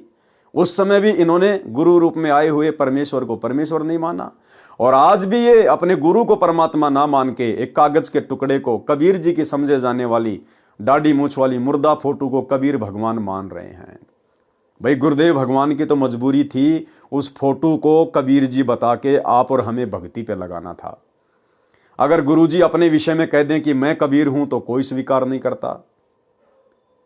इसलिए गुरु जी ने सन 1994 से वो दाढ़ी मूछ वाली कबीर जी की फोटो सामने रख के कि ये है कबीर जी, 650 साल पहले ये आए थे, सत्संग करने शुरू किए ताकि हम उनके शरण में आए, ज्ञान को सुने। तो गुरु जी की तो मजबूरी थी, उनके लिए तो जरूरी था ये करना। लेकिन आज 30 साल के बाद आप और हमारी भला क्या मजबूरी रह गई? क्या आज भी हमें यह समझ में नहीं आया कि सतगुरु रामपाल जी कौन है? इसके बावजूद भी हम उसी सांप वाली लकीर को पीट रहे हैं, उसी दाढ़ी मूछ वाली कबीर जी की फोटो को, कागज के टुकड़े को, बेजुबान मुर्दा फोटो को कबीर भगवान मान के जून के महीने में कबीर प्रकट दिवस मना रहे हैं। अपने गुरु को जो कि साक्षात कबीर है, जिंदा कबीर है, इनका हम 8 सितंबर के दिन इन आश्रमों में जन्मदिन मना रहे हैं। तो परमेश्वर ने देखा कि भैया तो आ रहे हैं, खा रहे हैं, पी रहे हैं, इस कान से सुनते हैं, इस कान से निकाल रहे हैं। तो गुरुदेव ने रचना रची। जिस प्रकार उस बहन से घृणा करने वाले वो कमेटी वाले लोग 650 साल पहले वाले, मालिक को पता था कि ये काल प्रेरित हो चुके हैं, काल इनके सिर पे बैठा है। इसी प्रकार से सतलोक आश्रम मैनेजमेंट हरियाणा, गुरुदेव का बेटा बेटी, भाई बंधु रिश्तेदार, इन लोगों ने भी 2010 में एक राष्ट्रीय समाज सेवा समिति नाम का काल प्रेरित संगठन खड़ा कर लिया और अपनी मनमानियां करने लगे। खुल के गुरुदेव के कोई आदेश नहीं मानेंगे। स्पष्ट इन्होंने लिखा हुआ है राष्ट्रीय समाज सेवा समिति के संविधान में पॉइंट नंबर 12 में, जो मैं आपको पहले दिखा चुका हूं 2 बार। इस राष्ट्रीय समाज सेवा समिति के संविधान में पॉइंट नंबर 12 में लिखा हुआ है कि हम राष्ट्रीय समाज सेवा समिति वाले संत रामपाल जी से किसी भी कार्य में कोई दिशा निर्देश नहीं लेंगे। संत रामपाल जी का काम केवल शास्त्रों का अध्ययन करना, आने वाली संगत के लिए सत्संग करना और उनको नाम दीक्षा देना ही रहेगा। बाकी कार्य हम स्वयं करेंगे। संत रामपाल जी को फ्री किया जाता है। इन्होंने गुरु जी को फ्री कर दिया, गुरु जी को सेवा बांट दी कि गुरु जी का काम तो केवल सत्संग करना और शास्त्रों का पठन पाठन करना ही है, बाकी हम राष्ट्रीय समाज सेवा समिति वाले हम सब संभाल लेंगे। संभाल लिया, करवा दिया बरवाला कांड 2014। तो मालिक ने देखा कि ये मूर्खों का टोल इकट्ठा हो गया, इनमें हैं कितने मेरे भगत हैं। झटका दिया परमात्मा ने। 2014 बरवाला कांड काल प्रेरणा से, उन काल प्रेरित लोगों की मनवश हरकतों के कारण हुआ और परमेश्वर को मौका मिल गया भक्तों की छटनी करने का। और भाई और बहनों, परमेश्वर ने आज भी उसी प्रकार से उसी आत्मा को खड़ा किया अपनी परीक्षा के लिए। इस भीड़ की परीक्षा के लिए परमेश्वर ने उसी प्रकार से अपनी आत्मा को आज खड़ा किया, मुझ पवन दास को। जिस प्रकार 650 साल पहले परमात्मा ने उस गणिका बहन को, जिससे सब लोग नफरत किया करते थे, उसको खड़ा किया परीक्षा के लिए। यह नादान संगत उस समय भी नहीं समझी और यह नादान संगत आज भी नहीं समझ पा रही है। लेकिन यह पिछली पीढ़ी का समय है। इतनी दया तो परमात्मा ने बख्श दी कि कई हजारों की संख्या में आत्माएं इस गहरी लीला को समझकर और साध संगति से जुड़कर असीम आनंद प्राप्त कर रही है, भक्ति का विशेष आनंद प्राप्त कर रही है, सतगुरु की विशेष मेहर और दया प्राप्त कर रहे हैं। बाकी लोगों के समझ में यह लीला नहीं आ पा रही है। एक दिन परमेश्वर कबीर जी ने शिष्यों की परीक्षा लेनी चाहिए कि देखूं तो कितने ज्ञान को समझे हैं। यदि इनको विश्वास ही नहीं है तो ये मोक्ष के अधिकारी नहीं है, ये तो मेरे सिर पर व्यर्थ का भार है। ये विचार करके एक योजना बनाई। अपने परम शिष्य रविदास से कहा कि एक हाथी किराए पर लाओ। उस लड़की से कहा कि बेटी आप मेरे साथ हाथी पर बैठकर चलोगी। लड़की ने कहा जो आज्ञा गुरुदेव। अगले दिन सुबह लगभग 10 बजे हाथी के ऊपर तीनों सवार होकर काशी नगर के मुख्य बाजार में से गुजरने लगे। संत रविदास जी हाथी को चला रहे थे। लड़की रविदास जी के पीछे, कबीर जी के आगे, यानी दोनों के बीच में बैठी थी। कबीर जी ने एक बोतल में गंगा का पानी भर लिया। उस बोतल को मुख से लगाकर घूंट घूंट कर पी रहे थे। लोगों को लगा कि कबीर जी शराब पी रहे हैं। शराब के नशे में वैश्या को सरेआम बाजार में लिए घूम रहे हैं। काशी के व्यक्ति एक दूसरे को बता रहे हैं कि देखो बड़े बड़े उपदेश दिया करता कबीर जुलाहा, आज इसकी पोल पट्टी खुल गई है। ये लोग सत्संग के बहाने ऐसे कर्म करते हैं। काशी के व्यक्ति कबीर जी के शिष्यों को पकड़ पकड़ लाकर दिखा रहे थे कि देख तुम्हारे परमात्मा के करतूत। शराब पी रहे हैं, वैश्या को लिए हैं, सरेआम घूम रहा है। ये लीला देखकर वे 64 लाख नकली शिष्य कबीर जी को त्याग कर चले गए। पहले वाली साधना करने लगे, लोक लाज में फंसकर गुरु विमुख हो गए। संत गरीबदास जी ने अपने अमृतवाणी में इस प्रकार वर्णन किया है। ठीक इसी प्रकार भाई और बहनों, आज उस समय परमात्मा ने एक बोतल में गंगा जल भर लिया और शराब की तरह घूंट घूंट के पी रहे हैं। और लोगों ने देखो और शराब पी रहा है, शराब पी रहा है। ठीक इसी प्रकार वर्तमान में गुरुदेव भगवान ने मुझ पवन दास को, ये मेरा परम सौभाग्य, ये सौभाग्य तो ब्रह्मा विष्णु महेश 33 करोड़ देवी देवताओं को भी नसीब नहीं है, जो मेरे पूज्य गुरुदेव भगवान ने, मेरे महबूब ने मेरे ऊपर विशेष रजा बख्शी है। गुरुदेव ने इस परीक्षा के लिए मुझ दास को योग्य बनाया और मुझे निमित्त बनाकर खड़ा किया। और गुरुदेव ने मुझे एक उपाधि दे दी, गुरुद्रोही। परमात्मा चेक करना चाहते थे कि संगत की बुद्धि कहां तक काम कर रही है। गुरुदेव ने सैकड़ों बार सत्संगों में जिक्र कर दिया कि गुरुद्रोही क्या होता है, गुरुद्रोही के लक्षण क्या होते हैं, गुरुद्रोही क्या किया करता है, गुरुद्रोही कैसा होता है। और पिछले 10 वर्षों से यह संगत गुरुद्रोही की परिभाषा तक भी नहीं समझ पा रही है। देखा देखी में गुरुजी ने कह दिया गुरुद्रोही, गुरुजी ने कह दिया गुरुद्रोही। अरे भैया, गुरुजी ने तो खाली परीक्षा के लिए कहा है, वो अंदर से नहीं कह रहे। जिस प्रकार 650 साल पहले उस परमात्मा ने उस बोतल में भरे हुए गंगा जल को शराब की तरह पीने की एक्टिंग की, उसी प्रकार ये परमात्मा वर्तमान में एक्टिंग यानी लीला, ये परमात्मा वही लीला कर रहा है। मुझ पवनदास को गुरुद्रोही का तमगा दे दिया, और अपनी तरफ से नहीं दिया, अपने कलयुगी परिवार की झूठी शिकायतों के कारण।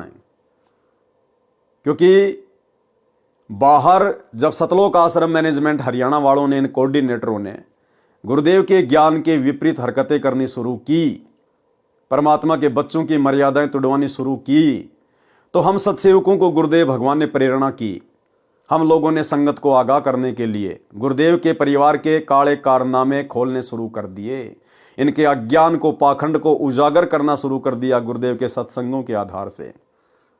ये लोग विवेकहीन हैं ही, श्रद्धाहीन हैं ही, काल एजेंट हैं। ये इस खेल को समझ नहीं पाए, और इन्होंने देखा कि हमारे धार्मिक धंधे में ये साथ संगत वाले तो रोड़ा बन के खड़े हो गए। इन्होंने शुरू में बहुत प्रयास किए, मारने के, पीटने के, धमकाने के, गालियों के। शुरू में इन्होंने फिर लेटर वगैरह निकाले गुरुदेव के नाम से, फिर ऑडियो वगैरह निकलवाई गुरुदेव को झूठी सीधी बातें कह के, उसके बाद में वीडियो कॉल निकलवाए झूठी सीधी बातें कह के। लेकिन फिर भी साथ संगतियां दिन प्रतिदिन आगे ही बढ़ती जा रही है, आगे ही बढ़ती जा रही है। तो भाई और बहनों, गुरुदेव ने तो कह दिया कि ठीक है भैया, जैसा तुम कह रहे हो कि पवनदास नाम दे रहा है, आश्रम खोल लिया, संगत को तोड़ रहा है, ये कर रहा है, वो कर रहा है, जैसी भी झूठी शिकायतें मेरे बारे में की गई, गुरुदेव ने तो उन झूठी शिकायतों के आधार से मेरे को गुरुद्रोही घोषित कर दिया कि ठीक है भाई, देखो मैं तो जेल में बैठा हूं, मुझे क्या पता बाहर क्या हो रहा है, बाहर तुम हो और वो साथ संगत वाले। और अगर जैसा तुम कह रहे हो कि पवन ऐसा ऐसा कर रहा है, तो ऐसा काम तो भाई गुरुद्रोही कर सकता है। इस बात को गुरुदेव का आदेश बता के इन्होंने संगत में वायरल कर दिया। अब ये है भक्तों की परीक्षा। अब गुरुजी कह देंगे भैया मैं तो जेल में बैठा था, मुझे क्या पता, मेरे को तो जैसा बताया गया मैंने बोल दिया, मैंने तो जो कोऑर्डिनेटरों के बारे में मेरे को बोला गया, मैंने तो ऑडियो में उनके बारे में बोल दिया कि बाढ़ में जाओ ऐसे कोऑर्डिनेटर, वो व्यक्ति ना तो भगत के योग्य ना कोऑर्डिनेटर के योग्य। तो मेरे से तो जैसी तुम प्रार्थना लगाओगे मैं तो वैसा ही जवाब दे दूंगा। लेकिन भैया बाहर वो पवनदास भी है, सोशल मीडिया का ज़माना है, वीडियो वो भी बनाता है, और बाहर ये मैनेजमेंट वाले भी हैं। अब संगत ने देखना है भाई कौन गुरुद्रोही है और कौन गुरुमुखी है। ये परीक्षा संगत की है, और यहां नादान संगत मार खा गई। विशेष दया उन आत्माओं पे जो साथ संगति से जुड़कर इस गुप्त लीला को समझ गए, और उन्हें ये बातें ऐसी लगती हैं जैसे गुरुदेव भगवान हंसी हंसी में अपनी लीला पूरी कर रहे हैं, हंसी हंसी में। तो भाई और बहनों, आप और हमारा सौभाग्य, बाकी कर्म फोड़ने वाले दिन रात अपने कर्म फोड़ रहे हैं। तो इसी प्रकार 650 साल पहले परमात्मा ने उस बहन को निमित्त बनाया जो पहले गणिका का कार्य किया करती थी, और सारे कुकर्म त्यागने के बाद वो भगत बन गई। उसके बावजूद भी वो भगत उसको भगत नहीं मानते थे, उसको एक भगत की श्रेणी में नहीं लेते थे, उसको वेश्या की दृष्टि से ही देखा करते थे। तो 650 साल पहले वो लोग ये नहीं समझ पाए कि गुरुदेव ने सत्संगों में क्या बताया कि कुष्टी हो वह संत बंदगी कीजिए, और हो वैश्या के विश्वास चरण चित दीजिए। और वर्तमान में ये संगत ये नहीं पहचान पा रही कि गुरुद्रोही के लक्षण क्या होते हैं, गुरुद्रोही की पहचान क्या होती है। बस गुरुजी ने कह दिया, गुरुजी ने कह दिया, गुरुजी कल को कह दे रहे मेरे सर में जूते मारो, ये नालायक तो पटापट लग जाएंगे, पटापट खोपड़ी के बाल उड़ा देंगे गुरुदेव भगवान के, क्योंकि ये तो आदेशों के गुलाम है। इस परीक्षा के समय में आदेशों का गुलाम होके नहीं चलना होता, परीक्षा के समय में ज्ञान को आधार बना के चलना होता है। लेकिन ये नादान संगत नहीं समझ पाई। संत गरीबदास जी ने अपने अमृतवाणी में इस प्रकार वर्णन किया है, फिर गणिका के संग चले सीसी भरी शराब, गरीबदास उस पूरी में जुल्हा भया खराब। तारी बाजी पूरी में बिष्ट जुले दी नीच, गरीबदास गणिका सजी दो संतों के बीच। गावत बैन बिलास पद गंगा जल पीवंत, गरीबदास बिहल भये मतवाले घूमंत। भड़वा भड़वा सब कहें कोई न जाने खोज, दास गरीब कबीर करम बाटत सिर का बोझ। देखो गणिका संग लई कहते कोम छतीस, गरीबदास इस झूले दी का दर्शन आन हदीस। परमात्मा कबीर जी काशी के बाजार में घूमकर वापस आ गए तथा रविदास जी हाथी वाले का हाथी देकर अपने घर चले गए। कबीर जी उस लड़की के साथ उसी के मकान में जाकर उसके चौक में बैठ गए। वह लड़की सतगुरु जी के चरणों की सेवा करने लगी। कबीर परमेश्वर जी के शिष्यों में अर्जुन तथा सरजुन नाम के शिष्य शहर से बाहर गए हुए थे। वे भी उसी दिन लौट कर आए थे। अन्य शिष्यों ने उनको सब बात बताई तो उनको विश्वास नहीं हुआ और उल्टा गुरु भाइयों से कहने लगे कि आप क्या कह रहे हो, आप परमात्मा में दोष देख रहे हो, पाप में गड़ जाओगे। एक व्यक्ति ने कहा कि चलो अपनी आंखों से देख लो। उन दोनों को वेश्या के मकान के सामने ले जाकर कहा कि देखो सामने क्या हो रहा है। अर्जुन तथा सरजुन भी विचलित हो गए। विचलित तो भाई और बहनों उसी समय हो गए थे जब उन मूर्खों ने यह कहा कि तुम्हें विश्वास नहीं है क्या, चलो हमारे साथ उस गणिका के घर पे और देख लेना क्या हो रहा है। बोला चलो। इतना कहना कि चलो उसी समय फैल। अरे क्या चलो, क्या ज्ञान सीखा, क्या ज्ञान समझा, दुनिया पता नहीं क्या कहेगी। हम दुनिया के पीछे थोड़ी चलेंगे। सतगुरु को हमने ज्ञान से समझना होता है। सतगुरु एक शब्द है, हमने शब्द की परख करनी है, परख। लेकिन अर्जुन सरजुन के द्वारा उन मूर्ख शिष्यों के कहने पर अपने गुरुदेव में दोष देखते हुए उस गणिका के घर की तरफ चलना, वो तो उसी समय फैल हो गए थे। आगे जाने के बाद की कहानी तो अलग है कि उन्होंने अपने गुरुदेव को शिक्षा दी, लेकिन पहले ही वो फैल हो चुके थे। यानी किसी के भी कहने से अपने गुरुदेव में दोष देखना गुरुपद और मर्यादाओं से तुरंत नीचे गिरना है।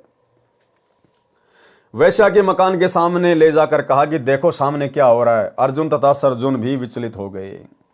उस मकान में प्रवेश करके बिना दंडवत प्रणाम किए कहने लगे कि हे सतगुरु, आप इस बदनाम नीच औरत के घर ना बैठा करो। कबीर जी ने कहा कि हे अर्जुन तथा सरजुन, आप तो गुरुजी को शिक्षा देने लग गए, आप तो मेरे शिष्य नहीं रहे, आप तो गुरु बन गए हो। मैं कण कण में व्यापक हूं, ऊंच तथा नीच में निवास करता हूं। आपका शरीर भी हाड़ चाम रक्त का बना है, इस लड़की का शरीर भी उसी पदार्थ का बना है। आपको मैंने जो नाम जाप को दिया है उस पर विश्वास करके जाप करो, आपका केवल इतना कार्य है। अर्जुन सरजुन को अपनी गलती का एहसास हुआ। सतगुरु जी के चरणों में गिरकर क्षमा याचना की। परमेश्वर जी ने कहा कि अर्जुन सरजुन, आपका मोक्ष अब मेरे इस शरीर से नहीं हो सकता, क्योंकि आपको ग्लानि हो चुकी है। आप मेरे में दोष देख रहे हो, ऊपर से क्षमा याचना कर रहे हो। अपने मन का दोष सतगुरु से सुनकर रो रो कर पूछा कि हम पापियों का उद्धार कब होगा, फिर मानव जन्म पता नहीं कौन से युग में मिलेगा, फिर सतगुरु मिलन कठिन है, ये वचन कहकर चरणों में गिर गए और अपने इसी मानव शरीर में मोक्ष कराने की विनती की। भाई और बहनों, यही गलती तो वर्तमान में हो रही है। क्या कहा कबीर परमात्मा ने कि भैया अब तुम्हारा मोक्ष नहीं हो सकता, क्योंकि तुमने मेरे अंदर दोष देख लिया है, अपने जैसा मानुष मान लिया मुझे। और वही गलती इस काल ने सतलोक आश्रमों से जुड़ी हुई लाखों की संगत से 8 सितंबर के दिन सतगुरु का जन्मदिन मनवाकर करवा डाली है। अब जो आत्मा इन आश्रमों में सतगुरु का जन्मदिन मनाती हैं या मना चुकी हैं, अब आगे भाई और बहनों, यदि वो कभी सतगुरु का प्रकट दिवस मनाएंगी तो खाली देखा देखे में मनाएंगी, भीड़ को देखकर मनाएंगी, ज्ञान को आधार बनाकर नहीं। अगर ज्ञान को आधार बनाया होता तो आज वो सात संगतियों में होती। एक बार भी अपने गुरु का जन्मदिन मनाकर इतनी बड़ी महागलती ना करती। लेकिन ये लोग तो 2019 से लगातार इन आश्रमों में 8 सितंबर के दिन सतगुरु रामपाल जी का जन्मदिन मना रहे हैं। और 2019 में तो स्पेशल हिसार जेल से पीला पर्चा आ गया था सतगुरु रामपाल जी परमेश्वर जी के नाम से कि बच्चों मेरा जन्मदिन मनाओ। भैया परीक्षा कि बच्चों मेरे सर में 5-5 जूते मारो। और वही आश्रमों से जुड़ी हुई संगत ने गुरु का जन्मदिन मनाकर गुरु के सर में जूते मार दिए। कुछ एक भगत बच गए जो साथ संगति से जुड़े हुए थे, उन्होंने बुद्धि विवेक का इस्तेमाल किया और 8 सितंबर को गुरु का जन्मदिन ना मनाकर उनका प्रकट दिवस मनाना शुरू कर दिया।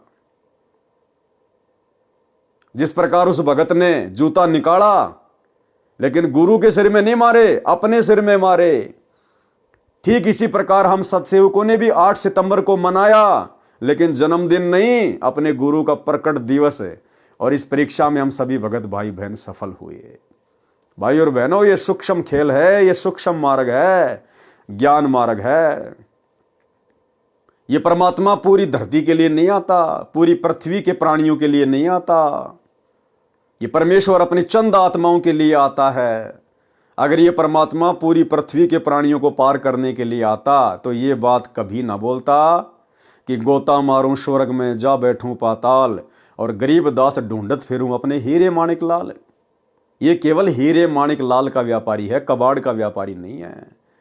और हीरे माणिक लाल अपनी विशेष आत्माएं गुरुदेव ने 2014 बरवाला कांड के बाद से साध संगतियों से जोड़ दी हैं। तब कबीर परमेश्वर जी ने कहा कि विक्रमी संवत 1774 में दिल्ली से लगभग 30 मील पश्चिम की ओर एक छोटे से गांव में मेरा अंश जन्म लेगा। उसके द्वारा तुम्हारा कल्याण होगा। 10 वर्ष की आयु में उसको मैं सतलोक से आकर गुरु पद प्रदान करूंगा। आप उससे दीक्षा लेकर अपना कल्याण कराना। उसका जब जन्म होगा और मैं उसको गुरु पद प्रदान करूंगा तब तुम्हें एक सौपन आएगा, उसमें मैं तुमको उस गांव का नाम, उसके पिता का नाम बता दूंगा। वहां जाकर दीक्षा लेकर सावधान रहकर भक्ति करना। तुम्हारा कल्याण इसी शरीर में हो जाएगा। तुम्हारा यह शरीर मेरी कृपा से 250 वर्ष तक बना रहेगा। क्या कहा परमात्मा ने कि तुम्हारा कल्याण इसी शरीर में हो जाएगा, लेकिन नहीं हुआ भाई और बहनों। क्योंकि जो वचन परमात्मा ने पहले निकाल दिए थे कि अर्जुन सर्जुन अब तुम मेरे इस शरीर से पार नहीं हो सकते। भाई जब सतगुरु के उस शरीर से पार नहीं हो सकते तो भला भगत अपने उसी शरीर में कैसे पार हो जाएगा। लेकिन परमेश्वर ने अर्जुन सर्जुन का मन रख दिया कि इसी शरीर में पार हो जाओगे, लेकिन वो पार नहीं हो पाए। भाई और बहनों, अब आगे जब हम मुक्ति बोध के सरलार्थ के ऊपर चलेंगे तो गुरुदेव ने स्पष्ट रूप से अर्जुन सर्जुन की कथा में लिखा हुआ है कि उन आत्माओं का अब फिर से जन्म होगा। गरीबदास जी के समय में उन आत्माओं को परमात्मा ने अपनी शरण में लेकर केवल मोक्ष का अधिकारी बनाया था। अब पिछली पीढ़ी में उनका जन्म होगा या हो चुका होगा, क्योंकि साधु वचन पलटे नहीं, पलट जाए ब्रह्मांड। उससे दीक्षा लेकर सावधान रहकर भक्ति करना। तुम्हारा कल्याण इसी शरीर में हो जाएगा। तुम्हारा यह शरीर मेरी कृपा से 250 वर्ष तक बना रहेगा। ऐसा लगेगा जैसे 60-70 वर्ष का शरीर है। वे दोनों दिल्ली की दिशा को चल पड़े। अपनी मूर्खता पर रो रहे थे, कह रहे थे कि हमने अंधविश्वास करके परमात्मा को खो दिया, अब कभी ऐसी गलती नहीं करेंगे। उन्होंने कभी नहीं सोचा कि 250 वर्ष तक यह शरीर कैसे रहेगा। पूर्ण विश्वास किया, इस डर से कि कहीं फिर से नाम खंडित न हो जाए। वे दोनों खरखोदा के पास छोटे से गांव हुमायूंपुर में एक किसान के घर पर रहने लगे। संत गरीबदास जी का जन्म विक्रमी संवत 1774 में वैशाख पूर्णमासी को ब्रह्म मुहूर्त में छोटे से गांव छुडानी में हुआ, जो बहादुरगढ़ से 15 किलोमीटर दूर झज्जर रोड से 2.5 किलोमीटर अंदर पश्चिम की ओर गांव दुलेड़ा से लिंक रोड पर जाता है, वहां पर है। जब संत गरीबदास जी 10 वर्ष के हुए तो अपने खेतों में गाय चराने जाते थे। फाल्गुन मास की शुक्ल द्वादशी को दिन के लगभग 10 बजे। अब भाई और बहनों, गरीबदास जी कोई कबीर परमात्मा के अंश नहीं थे, ना उन्होंने जन्म लिया था, खुद कबीर परमात्मा ही थे। ये लीला करता है परमात्मा इसी प्रकार से भगत और भगवान की। 650 साल पहले काशी के भंडारे में भी परमात्मा ने एक अन्य रूप बनाया, केशव बंजारे को। दुनिया को लग रहा था ये दो अलग अलग हैं, लेकिन दोनों शक्ति एक ही थी। और अंत में भंडारे के बाद केशव बंजारा कबीर परमात्मा में समा गए थे। इसी प्रकार भाई और बहनों, गरीबदास जी और कबीर परमात्मा एक ही शक्ति थे।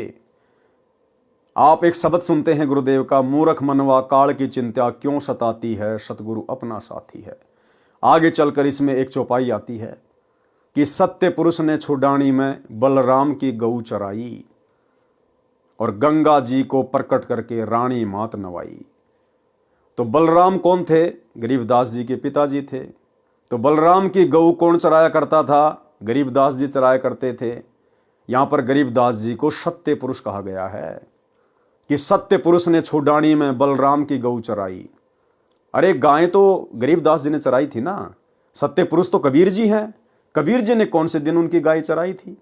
इसका मतलब गरीबदास जी खुद ही सत्य पुरुष थे, खुद ही सतगुरु रामपाल जी भगवान थे।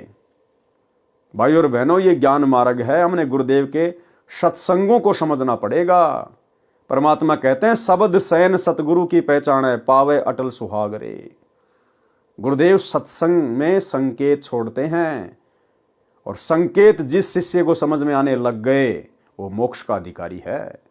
और आज दया हो गई साथ संगत वाले भाई बहनों पर, सबको ये संकेत भली भांति समझ में आ चुके हैं। तुम्हारा कल्याण इसी शरीर में हो जाएगा। तुम्हारा यह शरीर मेरी कृपा से 250 वर्ष तक बना रहेगा। ऐसा लगेगा जैसे 60-70 वर्ष का शरीर है। वे दोनों दिल्ली की दिशा को चल पड़े। अपनी मूर्खता पर रो रहे थे, कह रहे थे कि हमने अविश्वास करके परमात्मा को खो दिया, अब कभी ऐसी गलती नहीं करेंगे। उन्होंने कभी नहीं सोचा कि 250 वर्ष तक ये शरीर कैसे रहेगा। पूर्ण विश्वास किया इस डर से कि कहीं फिर से नाम खंडित ना हो जाए। वे दोनों खरखोदा के पास छोटे से गांव हुमायूंपुर में एक किसान के घर रहने लगे। गरीबदास जी का जन्म विक्रमी संवत 1774 में वैशाख पूर्णमासी को ब्रह्म मुहूर्त में छोटे से गांव छुड़ानी में हुआ, जो बहादुरगढ़ से 15 किलोमीटर दूर, झज्जर रोड से 2.5 किलोमीटर अंदर पश्चिम की ओर गांव धुलेड़ा से लिंक रोड जाता है, वहां पर है। जब संत गरीबदास जी 10 वर्ष के हुए तो अपने खेतों में गाय चराने जाते थे। फाल्गुन मास की शुक्ल द्वादशी को दिन के लगभग 10 बजे नला नामक खेत में गांव कबलाना की सीमा के पास परमेश्वर कबीर जी सत्यलोक से चलकर आए। बालक गरीबदास जी को मिले, कवारी गाय का दूध पिया, संत गरीबदास जी को दीक्षा दी तथा सत्यलोक ले गए। फिर पृथ्वी पर शरीर में छोड़ा। उसी रात्रि में अर्जुन सर्जुन को शौपन में बताया कि गांव छुड़ानी, नाम गरीबदास, पिता का नाम बलराम, नाना का नाम शिवलाल जाट, जाओ और दीक्षा ले लो। दोनों ने सुबह उठकर एक दूसरे को अपना अपना शौपन बताया। जिस किसान के घर रह रहे थे उसी के रेड़ू छोटी बैलगाड़ी में बैठकर छुड़ानी गए तो नाम पूछा, सही पाया। संत गरीबदास जी ने कहा कि आओ अर्जुन सर्जुन, परमात्मा का आदेश है, दीक्षा लो। उन्होंने दीक्षा ली। कुछ वर्ष छुड़ानी गांव में संत गरीबदास जी के पास रहे, फिर शरीर त्याग कर चले गए। उनका भी पुनर्जन्म होगा। अब देखो भाई और बहनों, यहां भी लिख दिया परमात्मा ने। क्या कह रहे हैं परमात्मा? उनका भी पुनर्जन्म होगा जो इस भक्ति समय में होगा। अब उनका मोक्ष होगा, अन्यथा गुरुद्रोही भी हो सकते थे, इसलिए उनको शरीर में रखकर उनकी श्रद्धा बनाए रखी। इसलिए भाई और बहनों, दास बार बार आप जियों को कहता आया है। ये प्रमाण तो दास ने देखे भी नहीं थे, ये प्रमाण तो अब निकल निकल के आ रहे हैं। परमात्मा दास को अंदर से ही वैसे ही प्रेरणा करते थे कि भैया अभी तक किसी का भी मोक्ष नहीं हुआ। गरीबदास जी ने अर्जुन सर्जुन का मोक्ष नहीं किया क्योंकि वो किसी का मोक्ष करने नहीं आए थे। वो खाली कबीर सागर में कबीर पंथियों ने काल प्रेरणा से जो मिलावट कर दी थी, उस मिलावट को दूर करने के लिए एक नया ग्रंथ साहिब लिखने के लिए आए थे। अरे गरीबदास जी के 2 परम शिष्य थे, बनखंडी दास और संतोष दास। जब उन्हीं का मोक्ष नहीं हुआ तो भला अर्जुन सर्जुन का कैसे मोक्ष हो जाता? मोक्ष तो अब होगा। सतयुग से लेकर कलयुग की प्रथम पीढ़ी तक जितनी भी आत्माएं, उन सब का अब परमात्मा इस कलयुग की बिचली पीढ़ी में उद्धार करेंगे। इस समय परमात्मा उनको पुनर्जन्म देंगे, फिर से उनको मौका देंगे। यदि आजीवन मर्यादा में रहेंगे, सतगुरु रामपाल जी को भगवान मानेंगे, तो भाई और बहनों मोक्ष होगा। अन्यथा जरूरी नहीं है कि वर्तमान में जन्म दे दिया तो मोक्ष हो जाएगा। मोक्ष के लिए तो मर्यादा जरूरी है। तो अर्जुन सर्जुन को अब परमेश्वर जन्म देंगे या दे दिया होगा, जैसे भी मालिक की मौज, लेकिन उद्धार नहीं हुआ। क्या कह रहे हैं? फिर शरीर त्याग कर चले गए, उनका भी पुनर्जन्म होगा जो इस भक्ति युग में होगा। अब उनका मोक्ष होगा, अन्यथा गुरुद्रोही भी हो सकते थे, इसलिए उनको शरीर में रखकर उनकी श्रद्धा बनाए रखी।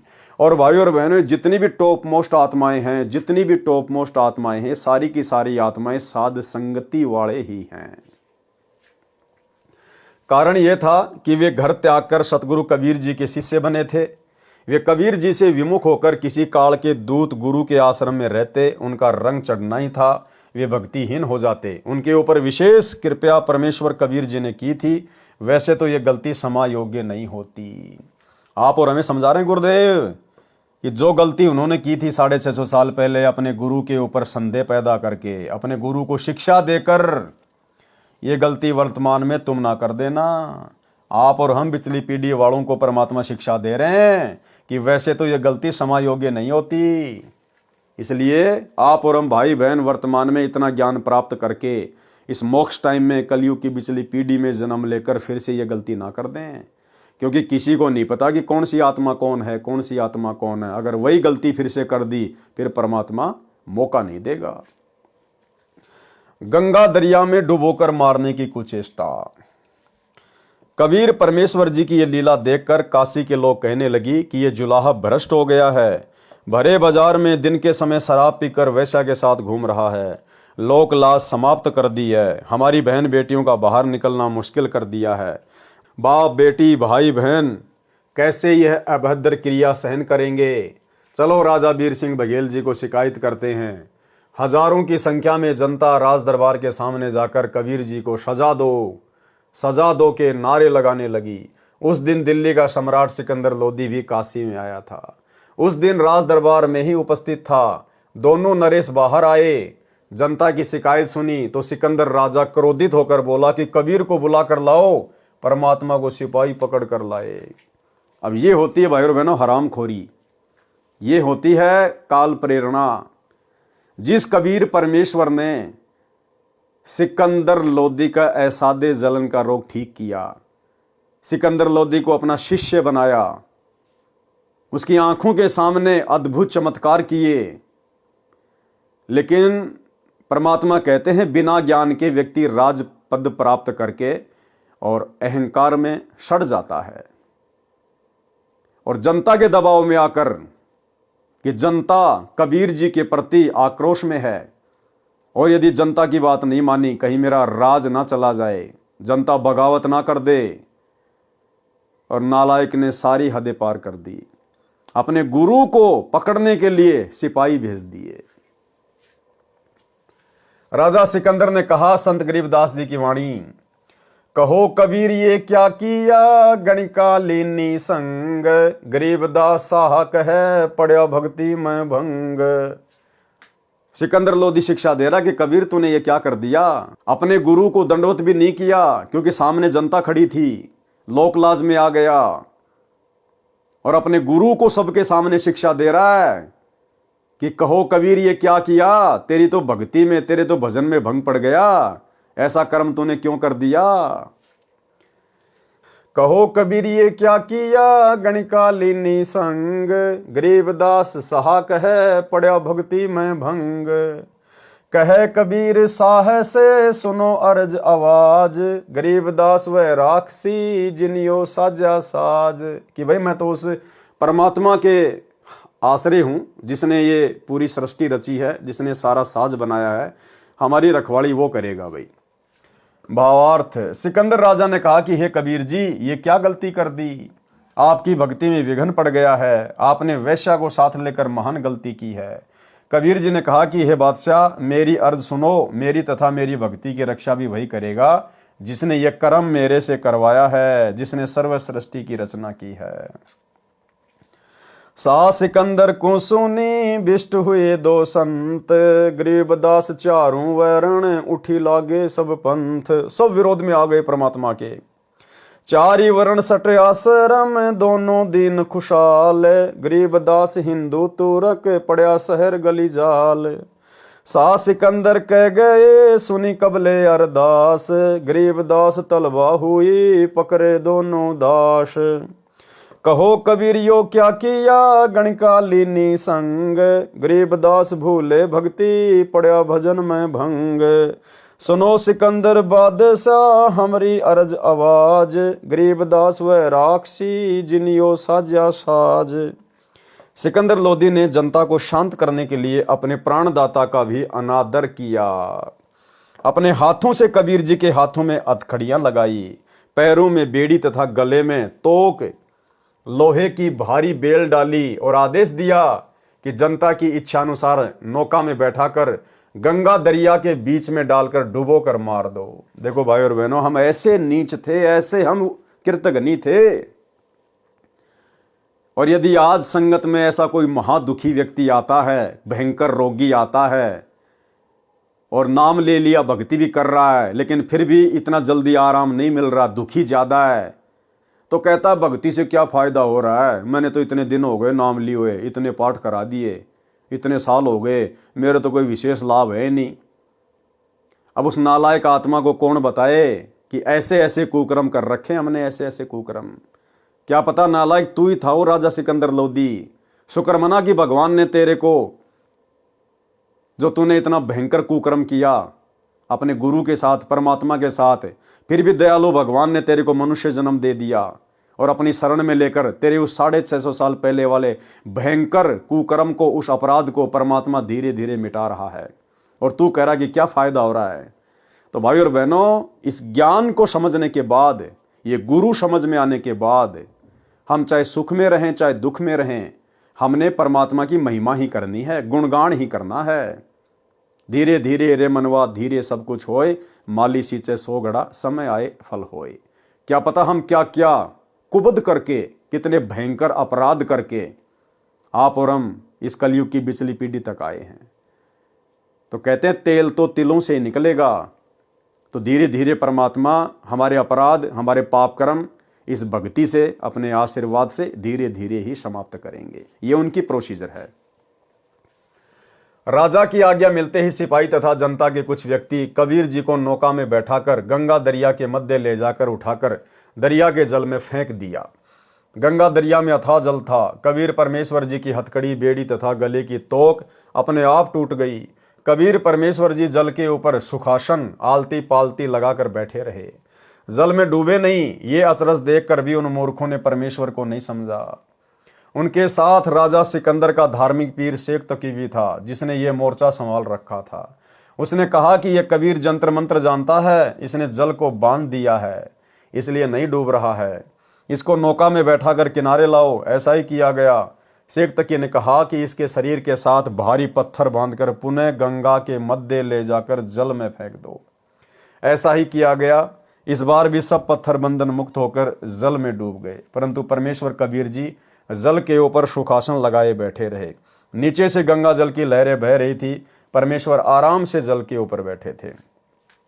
भाई और बहनों, परमात्मा वही है, कोई अंतर नहीं है, कोई भेद नहीं है। सतगुरु रामपाल जी स्वयं वही कबीर भगवान है, जिनके साथ हम नीचों ने ऐसी ऐसी घटनाओं को अंजाम दिया था। लेकिन उस समय परमेश्वर ने सार्वजनिक तौर पर चमत्कार करने थे, क्योंकि परमेश्वर ने अपनी महिमा को प्रकट करना था कि परमात्मा क्या होता है, परमात्मा क्या कर सकता है, ताकि हम बिचली पीढ़ी वाले अपने भगवान को पहचान लें उनकी महिमा से, और अन्य असमर्थ 3 लोक के भगवानों की जो झूठी महिमा बनी हुई थी, हम उसको पहचान सकें। वर्तमान में परमात्मा ने ये सब कुछ चमत्कार सार्वजनिक तौर पे नहीं करने हैं, क्योंकि वर्तमान का समय मोक्ष का समय है। परमात्मा ने ज्ञान को आधार बनाकर ही हमें सतलोक लेकर जाना है। गुप्त रूप में परमात्मा उससे भी बड़े बड़े चमत्कार अपने भक्तों के साथ में कर रहे हैं। कोडी को काया, बांझ को बेटा, निर्धन को माया, जिनकी सांसें समाप्त हो चुकी थी, उनको परमेश्वर ने ना जाने कितनों को नया जीवन दान दिया, जो आज भक्ति कर रहे हैं। क्योंकि आज ये मोक्ष का प्राइम टाइम है, आत्मा को तैयार करना है। परमात्मा ने चमत्कार बहुत दिखा दिए परमेश्वर ने। वर्तमान में सर्व के समक्ष चमत्कार नहीं करेगा, गुप्त रूप में खेल खेलेगा।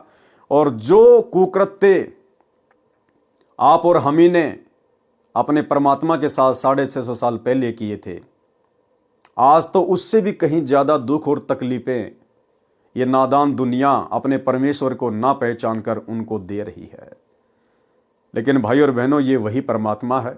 ना इन्होंने 650 साल पहले किसी को कोई श्राप दिया, कोई बद्दुआ दी, और ना वर्तमान में उन्होंने किसी को कोई श्राप दिया, कोई बद्दुआ दी। किसको बद्दुआ दें? हम सब उन्हीं के तो बच्चे हैं। जो मैं पूत कपूत हूं, बहुर पिता को लाज। एक छोटा सा सत्संग गुरुदेव भगवान का। गुरुदेव ने कहा कि किसको श्राप दें, सारे के सारे मेरे ही तो बच्चे हैं।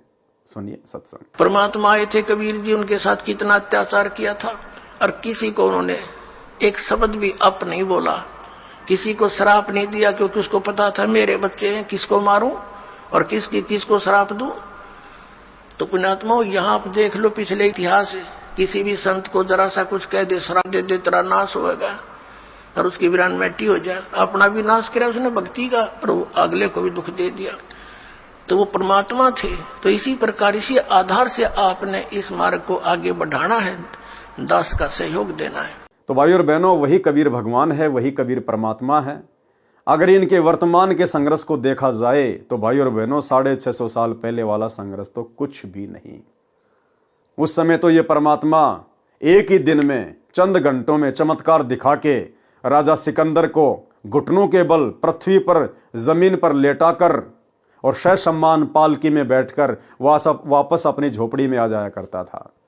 लेकिन वर्तमान में परमात्मा ऐसा नहीं कर रहा है, और पिछले 10 वर्षों से भगवान हिसार की छोटी जेल में बैठा हुआ है। पिछले 10 वर्षों से। सोचने की बात है, ये कोई सामान्य घटना नहीं है। ये सारी सृष्टि का मालिक, असंख्य ब्रह्मांडों को रचने वाला ब्रह्मा विष्णु महेश भी जिसके पैर के नाखून के बराबर नहीं है। गरीब जमजोरा जहां से डरे, मिटे कर्म के लेख, अदली असल कबीर है, कुल का सतगुरु एक। ऐसा समर्थ भगवान, जाके अर्ध रूम पर शकल पसारा, ऐसा पूर्ण ब्रह्म हमारा। गरीब ऐसा सतगुरु हम मिल्या, बेपरवाह अबंध, परम हंस पूर्ण पुरुष, रोम रोम रवि चंद। ऐसा समर्थ भगवान, और 10 साल से जेल में एक आम व्यक्ति की भांति, एक आम संत की भांति बैठा हुआ है। किसी को महसूस भी नहीं होने दे रहा, चेहरे पे कोई शिकन भी नहीं, किसी को कोई बद्दुआ या शराब भी नहीं। तो परमात्मा नहीं तो और क्या है? यदि ज्ञान आधार से समझ लिया तो हमारा भला है, अन्यथा आने वाले 2028 युग परिवर्तन वाले विनाशकारी समय में तो भाई बच्चा बच्चा इनको परमात्मा मानेगा, अपना बाप मानेगा। क्योंकि उस समय जीवन रक्षा का और कोई साधन दुनिया को दिखाई नहीं देगा। तो वही परमात्मा आज भी धरती पर प्रकट है। परमेश्वर आराम से जल के ऊपर बैठे थे। शेख तकी ने कहा कि सब उपस्थित जनता कबीर को पत्थर मार डालो। ऐसा ही किया गया। फिर तीर चलाने वाले सैनिकों से कहा कि तीर मार मार कर कबीर की हत्या कर दो। परंतु परमेश्वर कबीर जी की ओर न तो पत्थर आया न तीर। शेख तकी कबीर जी को मारने का अवसर हाथ से जाने नहीं देना चाहता था। शेख तकी ने कहा कि तोप मंगाओ, उसमें गोले मारकर काम तमाम कर दो। ऐसा ही किया गया। तोप यंत्र से गोले चलाए गए, परंतु कबीर परमेश्वर के आसपास एक भी नहीं गया। कोई तो वही किनारे पर जाकर गंगा जल में गिर जाए, कहीं दूसरे किनारे पर जाकर गंगा किनारे शांत हो जाए, कोई कुछ दूर तालाब में जाकर गिरे, परंतु परमेश्वर के निकट एक भी ना जाए। इस प्रकार 4 पहर यानी 12 घंटे तक ये जुल्म शेख तकी करता रहा। जनता का विवेक धर्म गुरुओं ने हर रखा था। परमेश्वर कबीर जी ने दया करी, जल के अंदर समा गए। शेख तकी खुशी से नाचने लगा कि डूब गया दुश्मन। अब सौ पर गारा, रेग तथा रेत चढ़ जाएगी, मिट्टी में दफन हो जाएगा। परमेश्वर कबीर जी अंतर ध्यान होकर रविदास जी की कुटिया पर गए और दोनों परमात्मा की महिमा के शब्द गाने लगे। शेख तकी ने अपने साथियों से कहा कि चलो रविदास से बताते हैं कि आपका अविनाशी परमात्मा गंगा के जल में डूबकर मर गया है। खूनी हाथी से मरवाने की व्यर्थ चेष्टा, यानी 52 प्रकार की व्यर्थ चेष्टा उस समय कबीर परमेश्वर जी को मरवाने के लिए की गई, लेकिन असफल। शेख तकी अपने प्रशंसकों के साथ संत रविदास जी की कुटिया पर पहुंचा तो देखा कबीर जी उपस्थित थे और इकतारे से शब्द गा रहे थे। शेख तकी की तो मासी मर गई। शर्म और क्रोध वश होकर सीधा सिकंदर लोदी राजा के पास विश्राम गृह में गया। तथा बताया कि कबीर न तो जल में डूबा न तोप से मरा, वो जादूगर है, जंत्र मंत्र जानता है, जिस कारण से बच जाता है। अब की बार इसको जनता के सामने खूनी हाथी से मरवाते हैं। राजा ने आज्ञा दे दी, नगर में मुनादी अनाउंसमेंट कर दी कि कल सुबह 10 बजे कबीर को खूनी हाथी से कुचलवा कर रोंदवा कर मारा जाएगा। सब देखने आना। वह एक निश्चित स्थान था। वर्तमान में बने स्टेडियम की तरह बनावट होती थी। उस ऊंचे मचान स्टेज पर राजा, मंत्री तथा अन्य उच्च अधिकारी बैठते थे।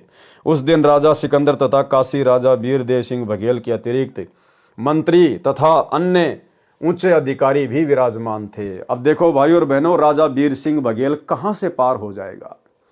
गुरुदेव कहते ना कि राजा वीर सिंह बघेल को सार नाम दे दिया था, उसको पार कर दिया था। कैसे पार हो जाएगा भाई और बहनों, ये तो ज्ञान निर्णय करेगा, ज्ञान। अरे सिकंदर लोदी कबीर जी का शिष्य, और उसने ऐसी घटिया हरकत की, खूनी हाथी से कुचलवा कर अपने गुरुदेव को मरवाने के लिए दिल्ली लाया गया और स्वयं ऊपर बैठकर तमाशा देखने के लिए तैयार है। और वहीं पर राजा वीर सिंह बघेल, काशी नरेश भी बैठ गया। इसको कहते हैं लोक लाज। इसको कहते हैं भाई और बोलो, भक्ति से ज्यादा राजपाट को महत्व देना।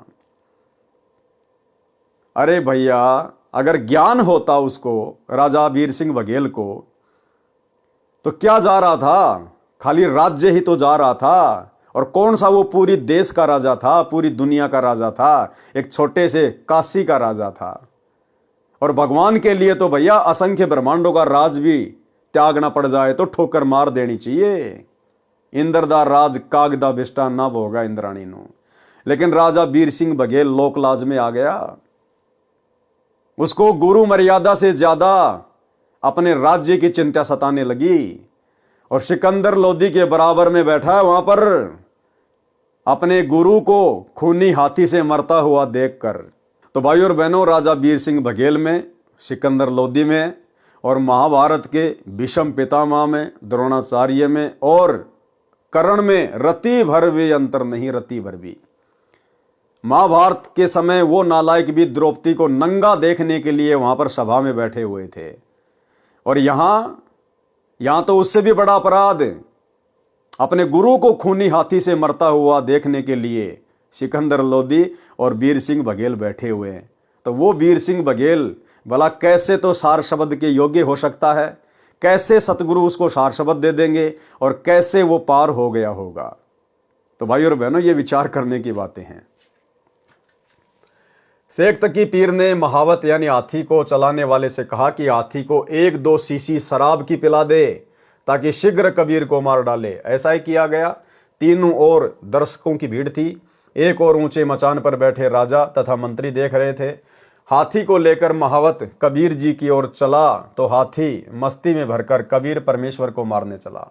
कबीर जी के हाथ पैर बांधकर पृथ्वी पर डाल रखा था। जब हाथी परमेश्वर कबीर जी से 10 कदम 50 फुट दूर रह गया तो परमेश्वर कबीर जी के पास बब्बर शेर खड़ा केवल हाथी को दिखाई दिया।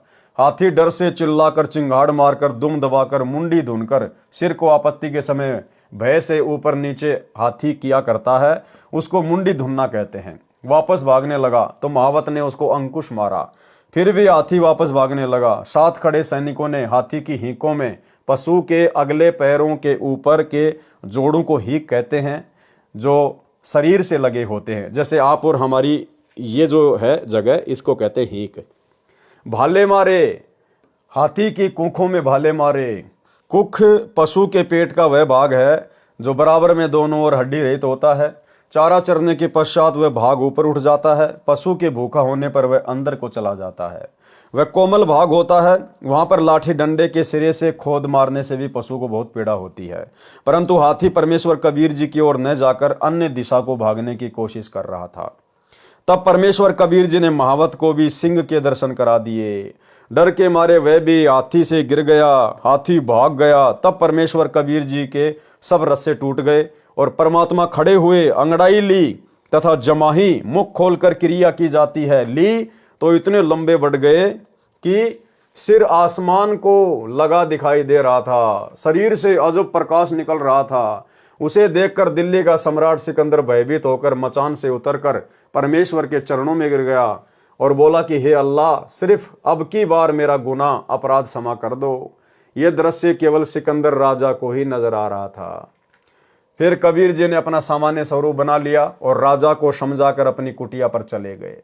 सिकंदर राजा को तथा वीर सिंह बघेल राजा को कबीर जी के चरणों में गिरते देख शेख तकी ईर्ष्या से जल भुन गया तथा उपस्थित जनता से कहा कि कबीर जी ने जंतर मंत्र करके हाथी को भगा दिया। राजा सिकंदर तथा काशी नरेश वीर सिंह भी अपराधी जुलाहे का सम्मान कर रहे हैं। आपका इस नगरी में रहने का कोई औचित्य नहीं रह गया है। ये बात सुनकर सब जनता जन कहने लगे कि पीर जी, आप ठीक कह रहे हो, हम काशी त्याग कर चले जाएंगे। सिकंदर लोधी राजा तथा वीर सिंह ने स्वयं उनको समझाया तथा नगरी न त्यागने के लिए राजी किया। किसी भी व्यक्ति ने इतने चमत्कार देखकर भी परमात्मा को नहीं पहचाना।